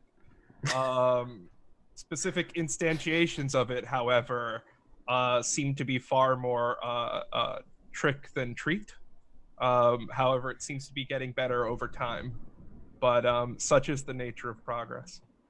Yeah, it used to be that when you were looking at a system that built on top of a blockchain and used tokens within it, you were looking at a system that was inherently centralized, right? So it's an exchange or it's a game or something like that. And it might look at a blockchain, but that was pretty much the extent of it. And the blockchain itself was very simple in terms of what it did. Typically, it was just about tracking transfers of ownership from one party to another or one address to another, irrespective of whether it's a new party. What DeFi really did is it introduced the idea that you didn't actually need platforms that were external. You could do this all on top of a blockchain that was, had smart contracts on it. And so as Jonathan said, like from a philosophical standpoint, it's this kind of beautiful concept where it's entirely accessible to everyone, cannot be censored in the way that a server can be. But in practice, what we've seen is that adding that complexity to blockchains is very challenging to do safely. It's actually one of the things that, again, having been doing this as long as we have, you'd expect that I think we'd be comfortable with much of this technology. But at least personally, I still find smart contracts very risky. And I still, I'm very reticent when I have to deal with anything because it is so permanent, because it is so irreversible. So from a functionality perspective, I think DeFi is very promising. And I think that it's very much a treat that could have large impacts on the world as it goes forward. But as far as the platforms that are out there right now, I really do view most everything that's happening more as like the latest form of gambling that we've seen in crypto, which has been kind of a theme that's come up over and over again. It might eventually evolve into technology that completely changes everything. But during this highly risky period, I don't know, it falls more on the trick side for me today, at least. I would say that a good way to evaluate this is in the decision trees of outcomes. DeFi right now, in every single scenario where the technology breaks, the system breaks, there was a hack, your funds got stolen, something went wrong, any sort of failure point, if the decision tree is always, well, you knew going in this could have happened, ergo it was your fault, or, oh, you weren't intelligent enough to deal with this. And every single failure point in that decision tree is just a carpe diem, life is funny. That's when things feel more tricky than treaty. And I feel like a lot of this space is still so nascent that the answer is it's still an experiment, means that we're still very much in the trick rather than treat phase of the solutions we have. I think that was largely true about Bitcoin too, in the comparable era to where DeFi is today. Is like, especially with today we have a greater amount of certainty that the technology is robust. and that the kind of obvious attacks or relatively easy attacks, well, they must not exist, because otherwise somebody would have pulled them and we would have seen, tokens transfer. We would have seen compromises that indicate that it was the underlying technology. I think that, again, just by nature of the complexity within that system, that's pretty much where it is right now too. Like, the technology obviously has promise, but whether or not the current implementations of it have the robustness that's really needed for the amounts of money that they're holding at any given time, that is still very much up in the air. And I think we continue to, again, like, it's a lot like the early eras of trying to figure out how do you do wallets in a way that is both safe and accessible for people who don't have a mathematics degree, right? Like, that's just, it's a hard problem, and you have to do it the wrong way a bunch of times before you figure out what the right way is, just by elimination of the other options. Yeah, it's a technology or a concept that's definitely worth refining, but nobody really wants to go first, except those who are very comfortable with risk. People are comfortable going first, but like I said, big prizes, big risks. So we all make our own personal decisions about that. All right, next question. Oh, I love this one. I find it scary that people send Bitcoin deliberately to burn addresses. What reason? Would be nice to hear your opinion on how many Bitcoins are lost forever. So there's really two parts to this question here. There's the burn addresses and what the heck's up with that thing. And then there's the Bitcoins lost forever thing. And does that create problems or risks moving forward? So I'll just talk briefly about the burn thing, and then we'll go to the full panel for the kind of the lost forever question. So Bitcoin burn addresses, like, they sound scary, but really what it is it's intentionally sending Bitcoin or a token on another blockchain to an address that nobody has the keys for, and that under most circumstances, when people are talking about these things, has an address that is so specific that it would be impossible for someone to randomly create it. And so or is provably unspendable, like the zero address in Ethereum. Right, exactly. Ethereum does have a specific address in it that counts for this, but in Bitcoin, you kind of had to hotwire it. The reason why people typically do this, and it's not a particularly scary reason, there's really two scenarios. One is that you are transferring funds into another system, where you are taking Ethereum, for example, and you are converting it into something else, right? And so like the kind of, I think, first major use of this was on the Bitcoin blockchain, when a token protocol called Counterparty was enabled, basically. And basically this allowed you to create ERC20 like tokens, or just arbitrary tokens. We use the system to create LTB coin, which was a rewards program that we ran from 2014 through 2017 for people who were part of the podcast network or who appeared on the podcasts there.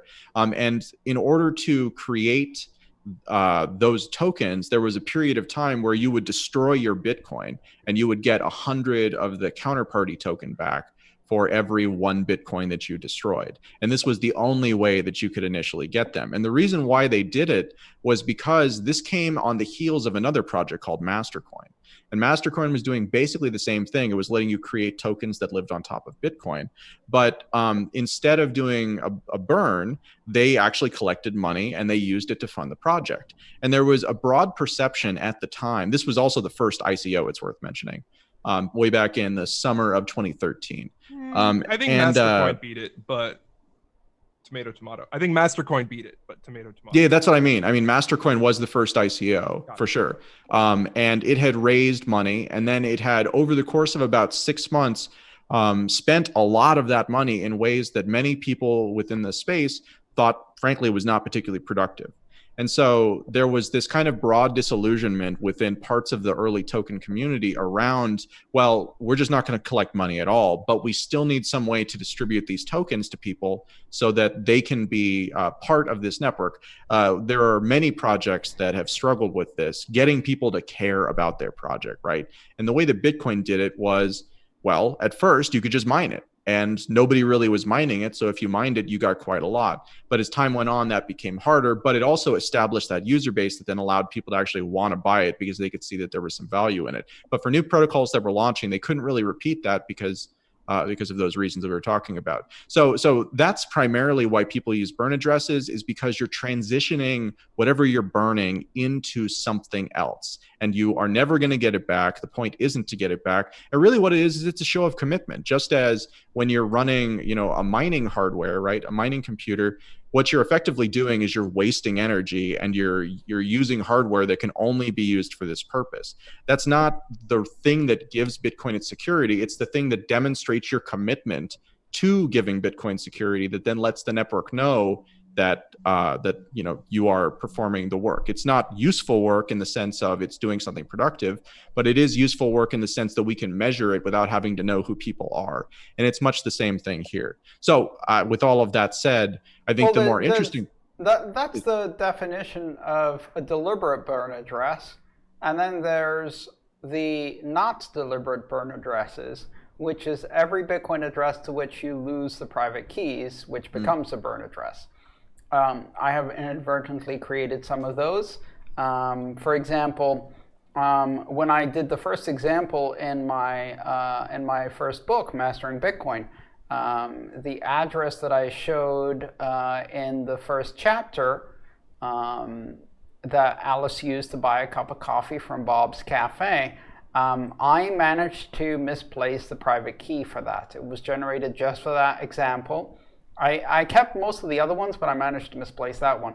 Despite the fact that there were warnings all over the book not to send money to that address, people have sent, I think, just over 2 Bitcoin by scanning and paying the book. I've even had people contact me rather upset and said, well, I sent the payment, but not only did I not get any coffee, but also I can't get it back now. And I'm like, you did what? Foolish peasants. So that's something that can happen, and your Bitcoin address can become a burn address if you lose the private keys. So then Bitcoin gets burned. So what? And this is the interesting thing that happens. It's an FAQ. It's a frequently asked question. If more people keep losing keys and the amount of Bitcoin that is locked up in these keys keeps increasing, is there a point at which this becomes a threat to Bitcoin? And I kind of have 2 answers to this. One, if you think about it from an economics perspective, as you reduce the supply of liquid coins, what that does is it increases the value of the ones that are actually in circulation. So every time someone burns a Bitcoin, they essentially distribute it as a gift to everybody else who holds Bitcoin in proportion to the Bitcoin they hold. So every reduction in supply increases the value of the remaining amount by the same proportion as whatever was burned. That's one answer. But there's another more interesting, I think, long-term answer, which is it's now become apparent that these may eventually not be burned forever. And the reason for that is quantum computing. So there is a possibility that at some point in the next 15 or 20 years, a quantum computer on a commercial scale becomes capable of breaking old ECDSA signatures and extracting private keys from signatures. So if these Bitcoin addresses have been used at least once, which means that a signature exists in the blockchain, that signature could be reverse engineered to produce the private key, and that Bitcoin could be re-entered into circulation. This does not apply to Satoshi's early coins because those were never spent, not even once. And it doesn't apply if you don't reuse addresses because you've never spent it. When you spend it, it's empty and you never use it again. But if you keep reusing the same address and then lose it, or if there's a burn address that is spent at least once, a quantum computer could break it. Theoretically, you could reach a point where a quantum computer could reverse SHA-256, although we don't know any good algorithms for that, get the public keys for those addresses, and then reverse those to private keys, at which point all of the coins, including Satoshi's early coins, and anything else that is locked and hasn't been spent and hasn't been migrated to stronger keys in the meantime, would be spendable. At that point, the reverse gift happens. So where before, every Bitcoin that's burned is a gift to the entire rest of the supply in proportion, once it's stolen through a quantum computer and brought onto the market, that increases the supply, which means it's a bit like what happens when the US government prints $1 trillion. That increase in supply is a theft through inflation from the value, the purchasing power of all of the money that everybody else has. So if that money enters into circulation, everybody else's money loses some value in proportion to that because there's a greater supply. So I think the most upvoted question right now is, what do I do if my hardware wallet is lost, stolen, or damaged? Let me see. I don't see that right now. It's by Anonymous. It has a... Yeah, I see it now. Well, let me piggyback on that last question one more time. So another thing that I've heard from a lot of people is a concern that that there may simply not be enough Bitcoin to actually use as a functional system, right? Because obviously there are many more people in the world than there are Bitcoin. And so there's this idea that, well, you can't go down. So there's this idea that that might be a concern, is that as people continue to lose Bitcoin, it may actually impact the way the system can function.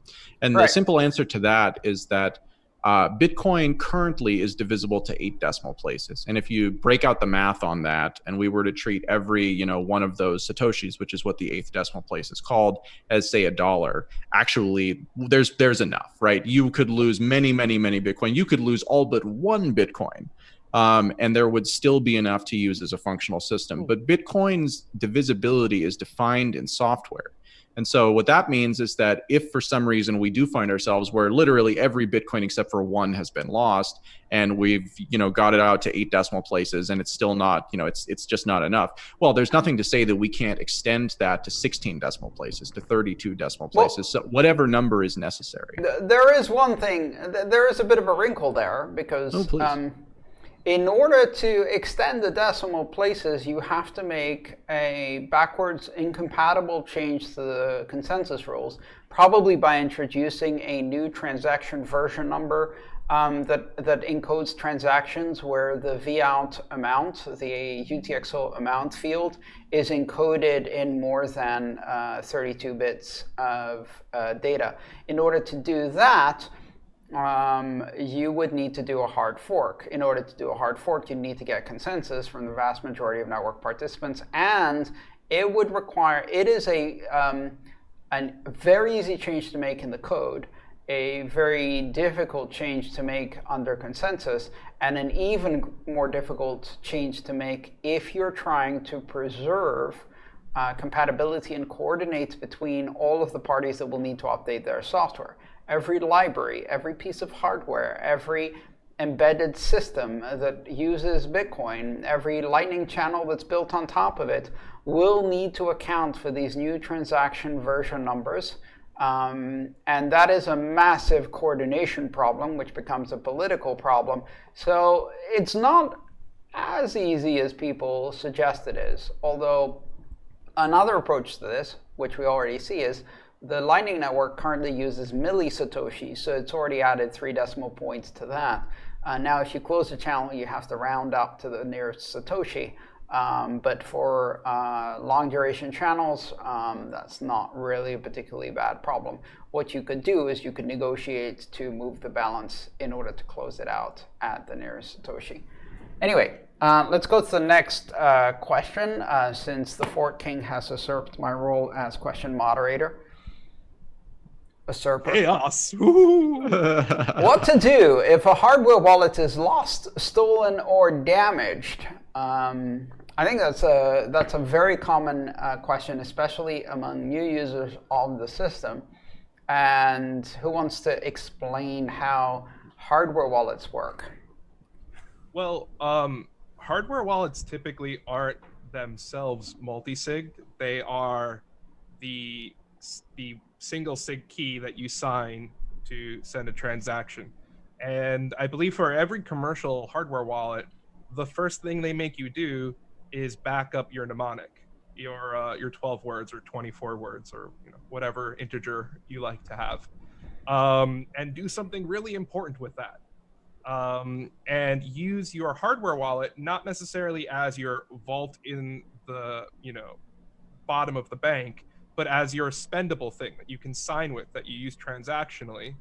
And a lot of people actually recommend, funnily enough, that you can use a bank to solve this problem.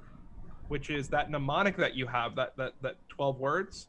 You take that, you write it, or what some people have done, which is actually etch it into tin or metal, or so steel. that fire or water can't affect it.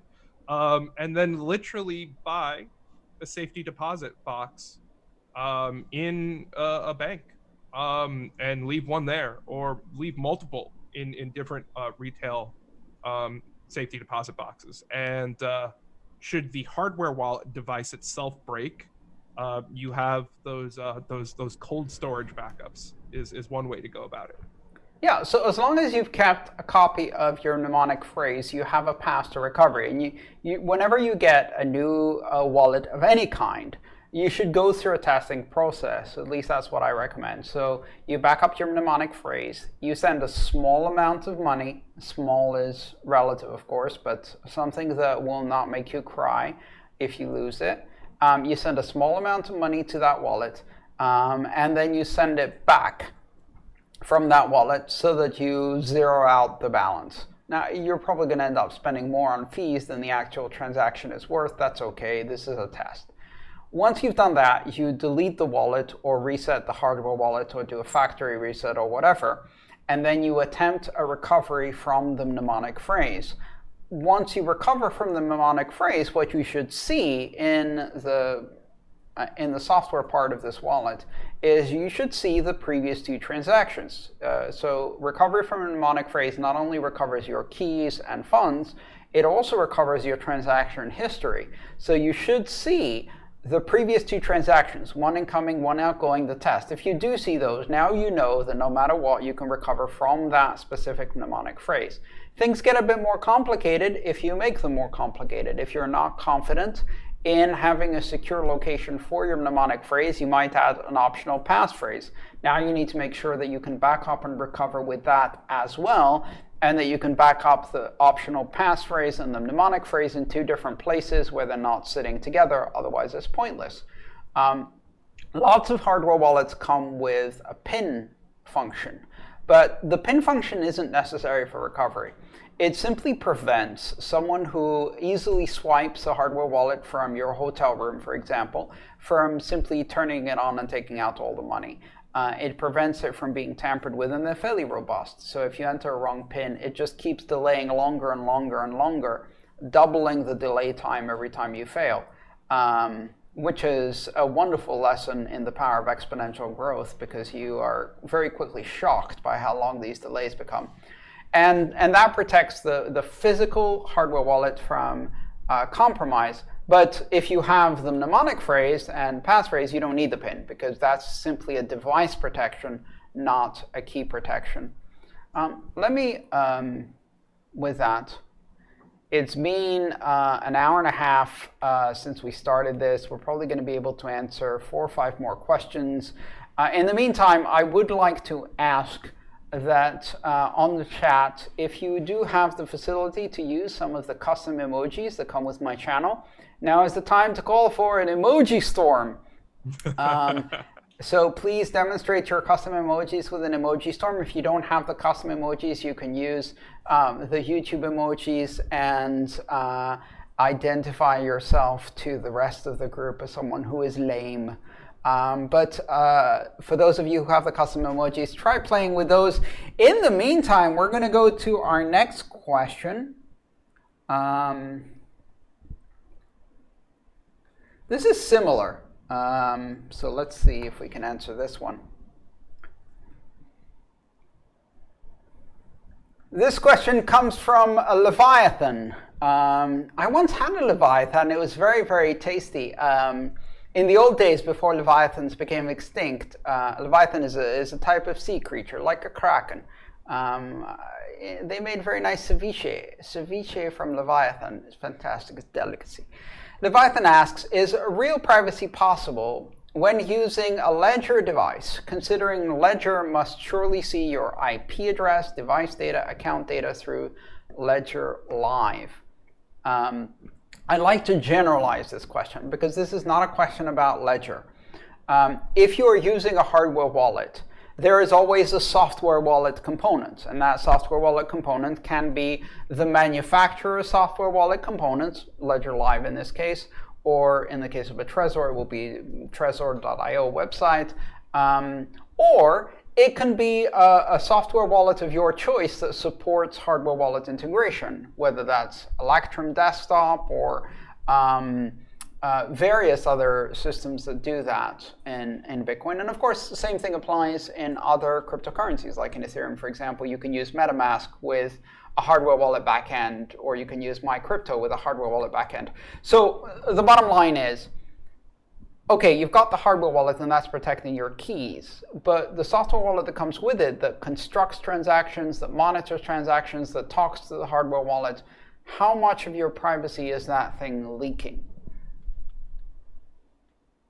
Who wants to go? Should I go? Okay, I'll go. No, I actually don't know the answer to this. I'm curious what you have to say. Well, I would say that there are two things worth breaking apart here, which is just the difference between privacy and anonymity. Mm-hmm. Anonymity is when people can see what you're doing, but they don't know who you are. And privacy is when people may be able to see what you're doing, but they don't know who is the one doing it. Okay. And when it comes to the Ledger device, contingent upon how you purchase it, they could have the info as to, hey, this is this person's credit card, and these are all of their transactions. And so it's very revealing.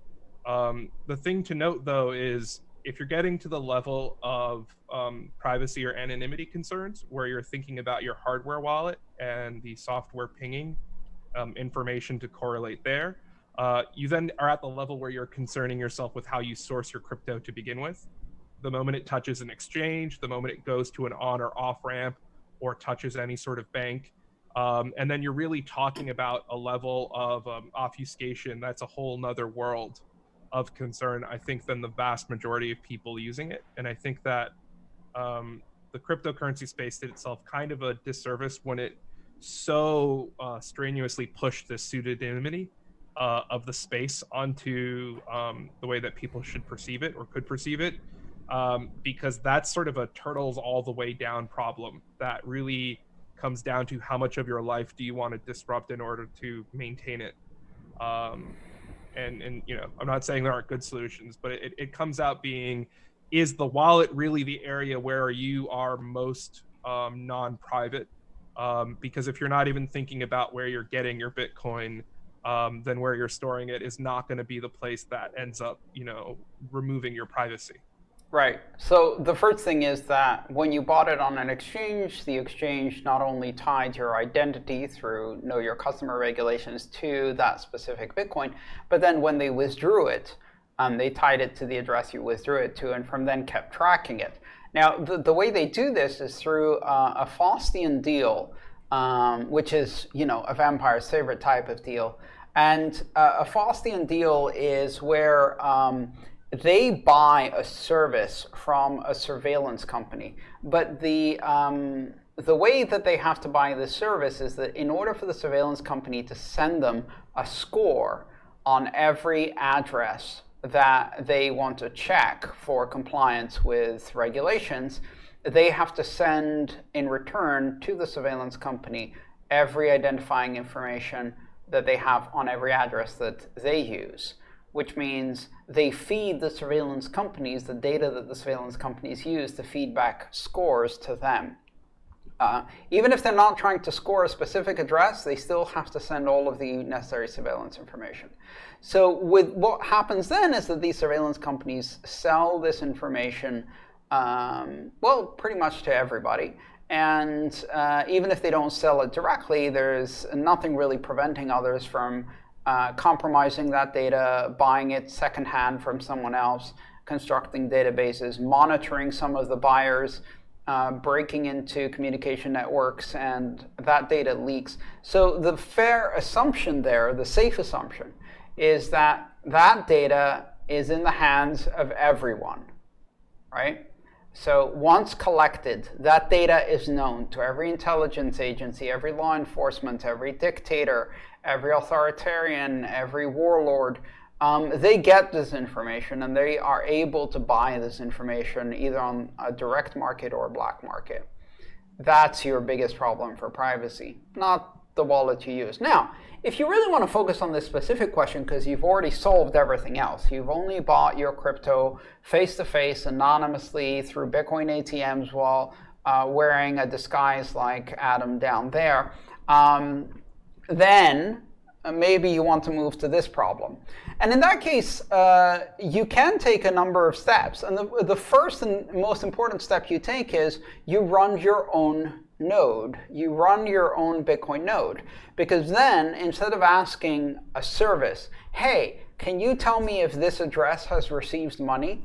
Which, of course, when you ask that question, it identifies that you're interested, by you I mean your IP address, is interested in this address. And that leaks some of your privacy. Instead, what you're doing is you're getting information on every address onto a local system and only asking that. Similarly, when you construct a transaction and broadcast it, if you broadcast it through a third party, they associate the IP address it came from. Whereas if you inject it through your own node, then it gets propagated through the network and none of the nodes can really tell where it's coming from. It's a much harder proposition. So run your own node and run wallet software that allows you to connect to your own node to run your hardware wallet. And there's a bunch of those that you can use. For example, not only must you run your own node, but then the next level of paranoia is to never Google, search, or click on a block explorer link for any transaction involved in any of your addresses, because then whoever has your internet logs will obviously know that you were checking an address associated with one of your transactions. I was talking to a friend about this who was dating a vegan, and she was like, I don't know how long this relationship's going to work out. I'm dating this vegan, so much about our relationship is now about his veganism. And I'm like, yeah, but you're a Bitcoiner. like so much of your life is about money and how you want to use money and how ethically you want to make your life about money. And he's with you on the Bitcoin side of it, so maybe you should meet him on the vegan side of it.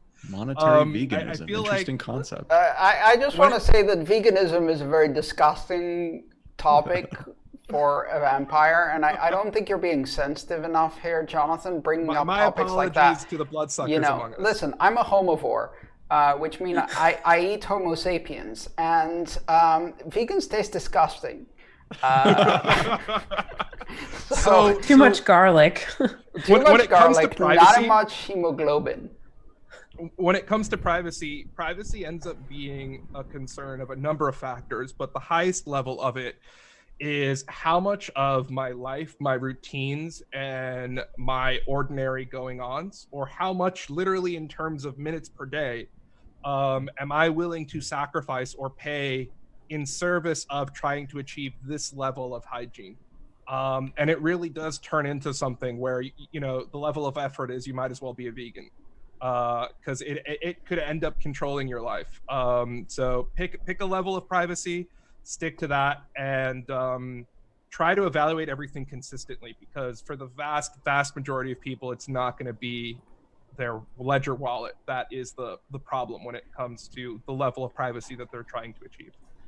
But like we've talked about on the show, it's not an all or nothing thing. It's not like binary, either you're private or you're not. There's levels of privacy.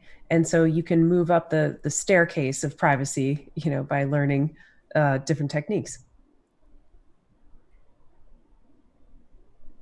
All right. Next question. Yes to Crypto, who you guys don't know, but is a long time participant of this live stream, is asking regarding scaling. The halving event every 4 years reduces the new supply. Why not also regularly increase block size over time so it keeps up with technology? Now you're taking us into politics. Did Gavin Andresen get on the chat? Is that what just happened? Well, so the halving event reduces the amount of Bitcoin in each new block, but it has no relationship to the block size. But I'm assuming that if you increase the block size, you can then scale the amount of transactions, which is the main concern. The really simple answer, why not also regularly increase the block size over time, is because there isn't enough consensus to do so. People can't agree on how to do it, how much to do it, and when to do it in relation to other scaling choices. And because that debate very quickly descended into the politics of who should have the power to make that decision, that created a situation where the fork is nigh! The fork is nigh! Yeah, and... Talk like that gets us forks. Yes to crypto. That's what happened. That's what happens when we ask about block size. Do you want forks? Because that's how you get forks. So, yes. So the bottom line is that technically, sure. The problem is that this is not technically separate from the politics of it. And this question boils down to who should make the decision. I anticipate that in the long run, as other scaling choices are explored, whether that's layer 2 solutions like Lightning Network that get developed more, and then Schnorr signatures and other optimizations of the transaction signatures, signature aggregation, et cetera, we will reach a point where the next logical step would be a modest increase in the underlying block size, which, because of all of the other things that have been optimized, then gets multiplied to create a much bigger effect in scale. It's like cascade effect, right? If you can get 10,000 times the capacity with Lightning Network than the base blockchain, and then you double the base blockchain, now you can get 20,000 times more capacity with the Lightning Network. So I do think that might happen. But it's very contentious. All right.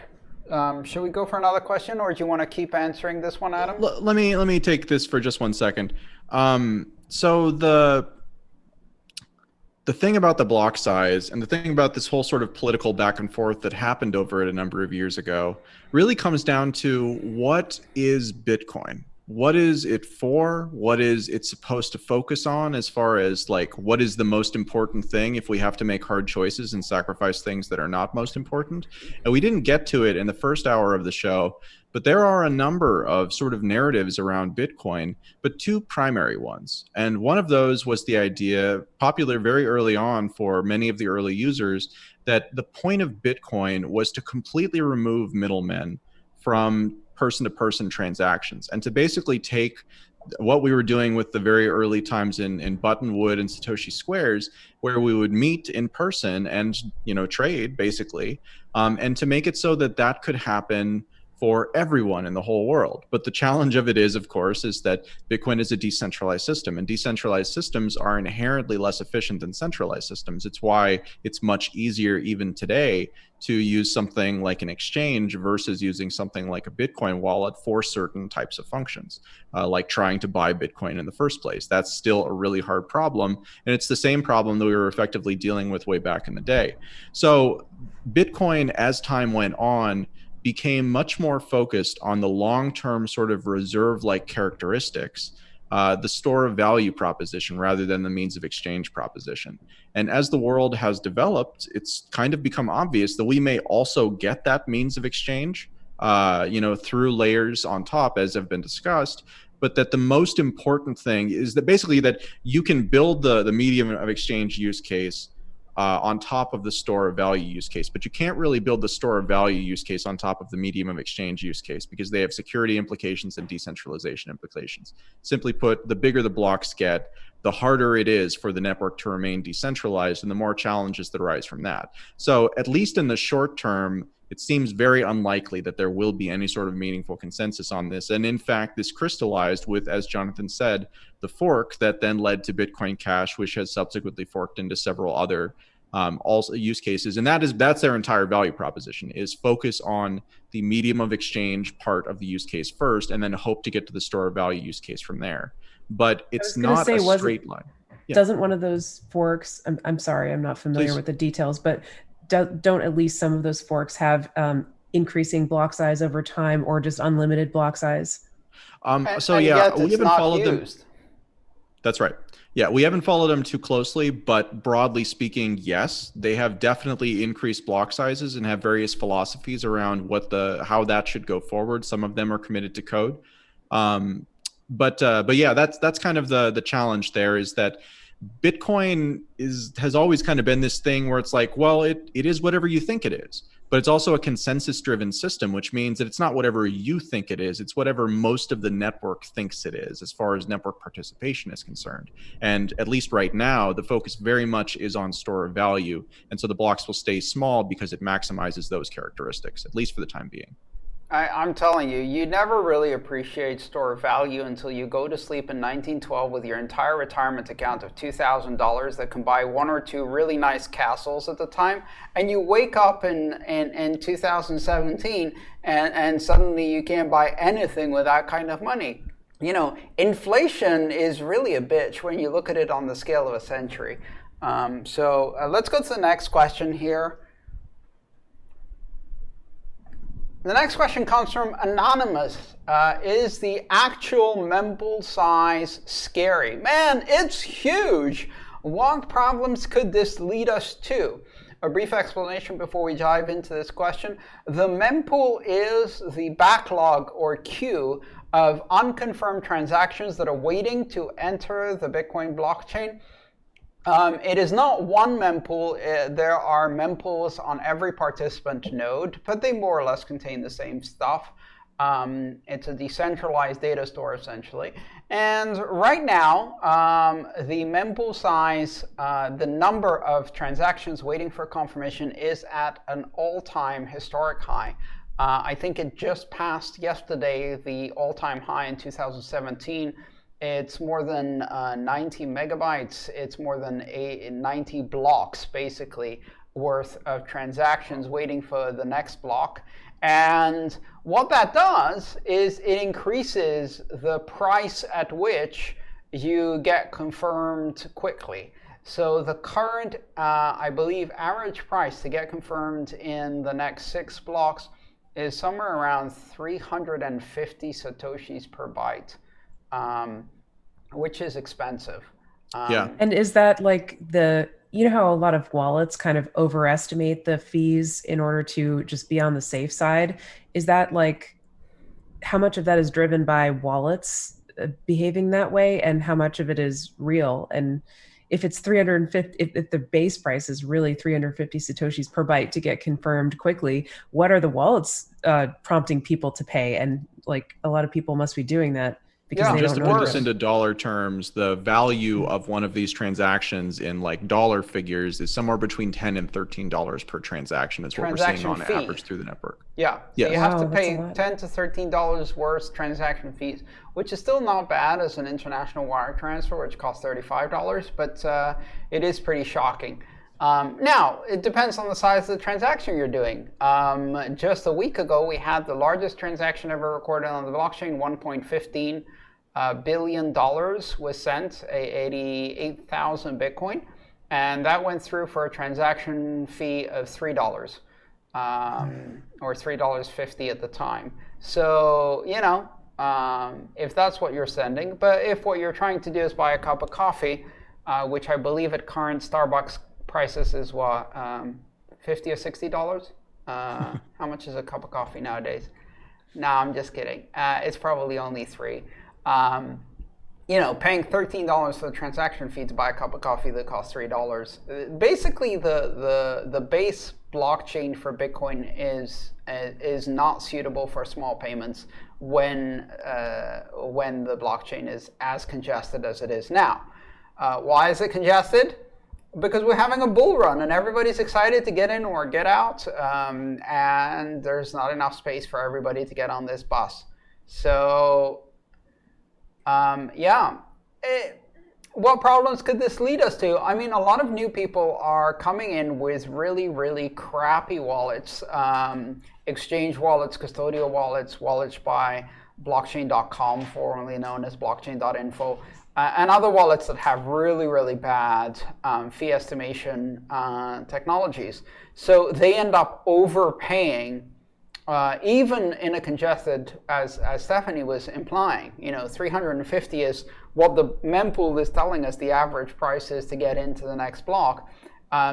But many wallets overestimate that and are probably suggesting, 500-600 satoshis per byte as the appropriate fee to get in. So the best advice I can give you right now is wait. And to tag on to that, for anyone who is interested in this topic, we actually, the next episode of Speaking of Bitcoin that we have coming out, I believe it'll be next week since we did the live one this week, is explicitly on fees and talks about many of these things in much greater detail than we have time to go into here. But the reality of it is that fees in cryptocurrency is a very interesting and nuanced type of system that actually has two modes. It has the mode where blocks aren't full, and then it's basically whatever you want to pay, and the miners will take anything that they can get. And then once blocks are full, like you have the situation now, then it becomes a competitive auction kind of price discovery game, which, on the one hand means that some shenanigans are possible. It's especially possible to front run people. When they're, especially in DeFi type applications, we've seen this a lot on the Ethereum blockchain, is that these transactions, once they go out there, they actually are public, even if they're not included in the blockchain yet.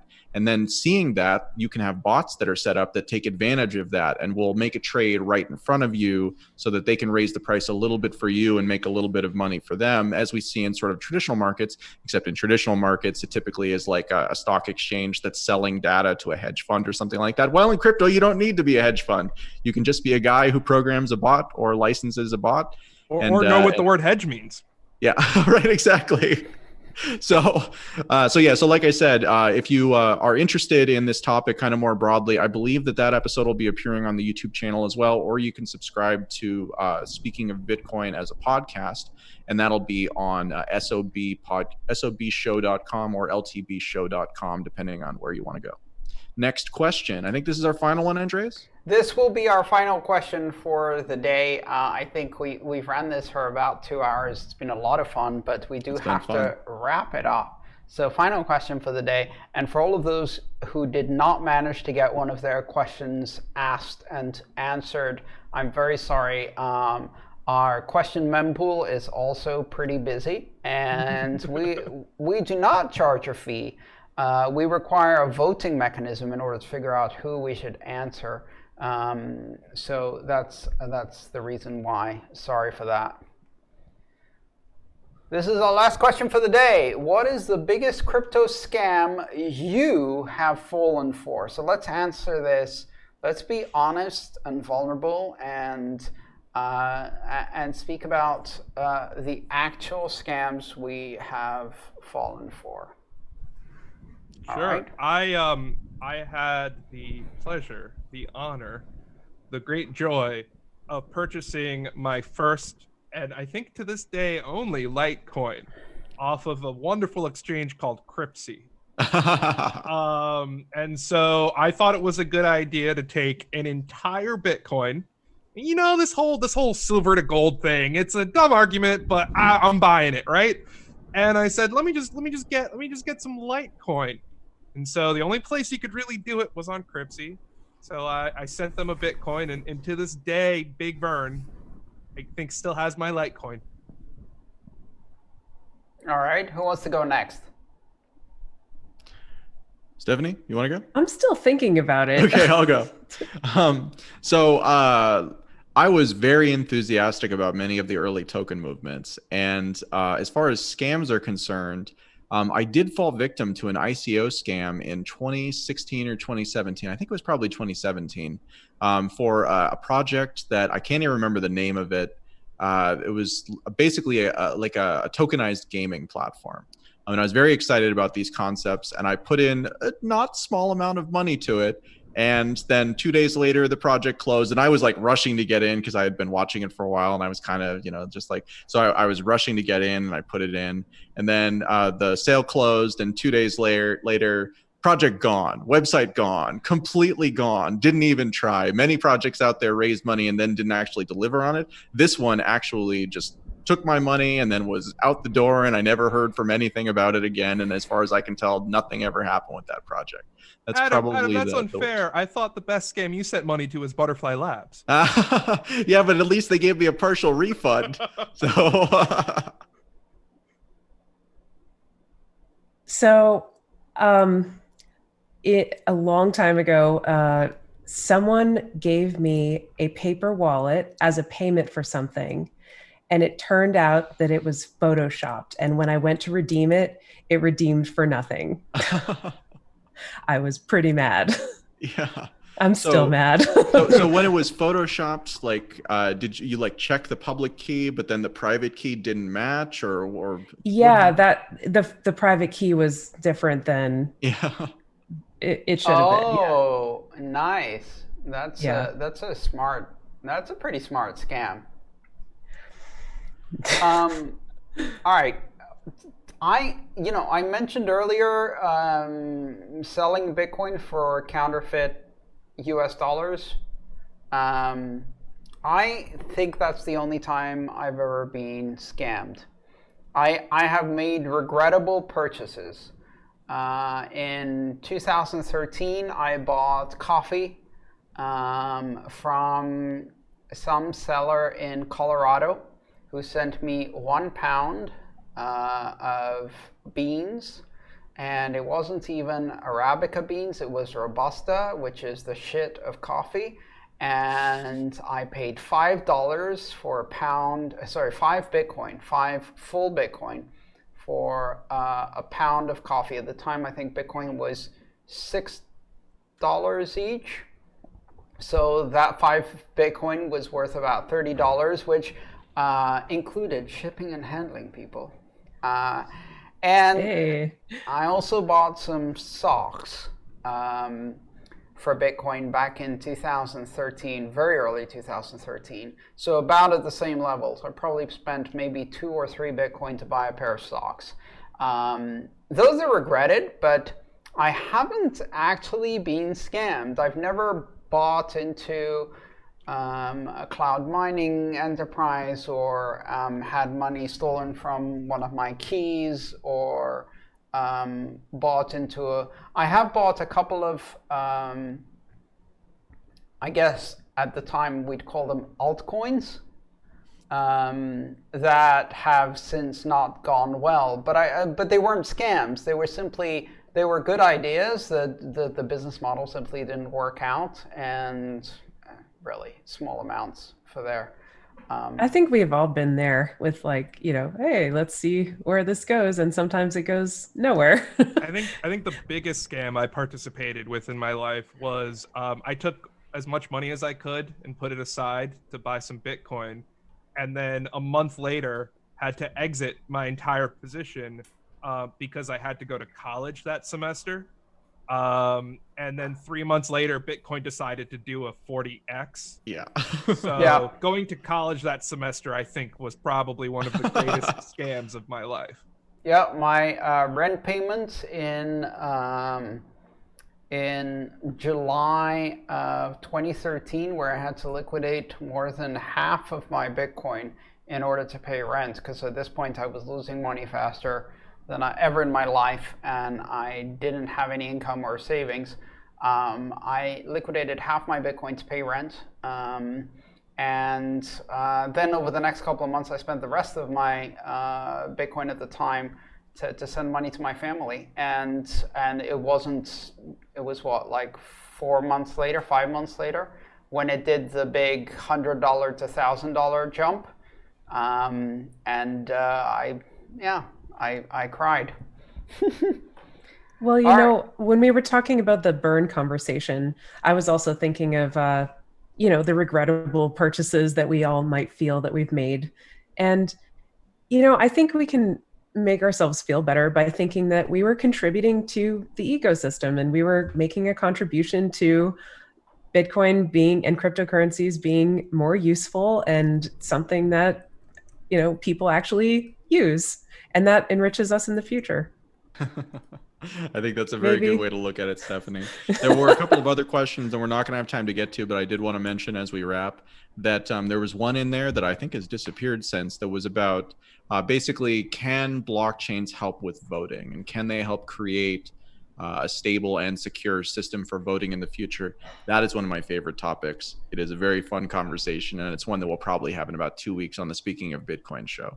Yeah, actually, that's going to be the perfect time to talk about elections on the blockchain, as we noticed how elections off the blockchain go. Yeah, sorry, Jonathan, I was going to say, I think blockchains can most certainly help voting, but it's a feature looking for a solution or a problem, because I would also say that, at least in America, voting is feature complete. It is designed as it is intended to be, and what you are perceiving as bugs are the designed features. So I don't necessarily know if blockchain can fix the problem of the philosophy behind whether or not a system has a problem or is feature complete. Well, let's take that conversation up. Before we go, I wanted to thank everybody for joining us today. We ended up with almost 400 people joining our live stream, which is a wonderful turnout for our Halloween special. If you're wondering who the other people on this little grouping here are, these are the people I've been doing the original Let's Talk Bitcoin show, currently called Speaking of Bitcoin, which we've been doing weekly since 2013, since early 2013. It is the longest running podcast on the topic of Bitcoin, but we also talk about open blockchains and many other related topics. And so I would like to very quickly say, this is Dr. Stephanie Murphy, my co-host on the show. This is Jonathan Mohan, and the founder of Speaking of Bitcoin, down there, is Adam B. Levine. And so we really enjoy doing this show. We normally do audio only, and there's a good reason why we do audio only. I spent an hour in hair and makeup today, and trust me, that's a lot of time. So audio is much better. But we continue to do this show. A lot of people who have watched my videos and listened to my work, I'm sure, have never heard of this show, and that's a real shame. So we're going to do something new, and this is one of my announcements that I didn't pre-announce, which I wanted to tell you a bit about today. As of this joint episode that we did today, I'm going to be featuring past, present, and future episodes of Speaking of Bitcoin. We might even eventually reintroduce the back catalog or feature episodes from the back catalog. But from now on, you will be seeing episodes of the original Let's Talk Bitcoin show, also known as Speaking of Bitcoin, on the YouTube channel. And also on other platforms, including my website, so that more people can enjoy these great conversations. There is something special about being able to have these conversations with my three good friends. We do have quite different perspectives on things, and everybody brings a valuable perspective, and it has a completely different dynamic from some of the work you've seen me do on video. I love doing this podcast. We'll keep doing it, but now I'll be bringing it to you on this channel here. So before we go, please don't forget to subscribe so that you can receive notifications, and hit the little bell icon so that you get notified every time we post a new video, which in the future will include episodes of Speaking of Bitcoin. If you enjoyed today's live stream, consider sharing the episode, liking the episode, and comment. If you did not enjoy today's episode, I would encourage you to tell the world how crappy it was by sharing it and liking it so that it goes up in the YouTube rankings so everybody can see what rotten work we do here. Thank you so much for spending the weekend with us. And thank you, Adam, Stephanie, and Jonathan. Thank you so much for joining me. Thank you, Andreas. Woo! Happy Halloween, everybody. All right. Bye-bye, everyone.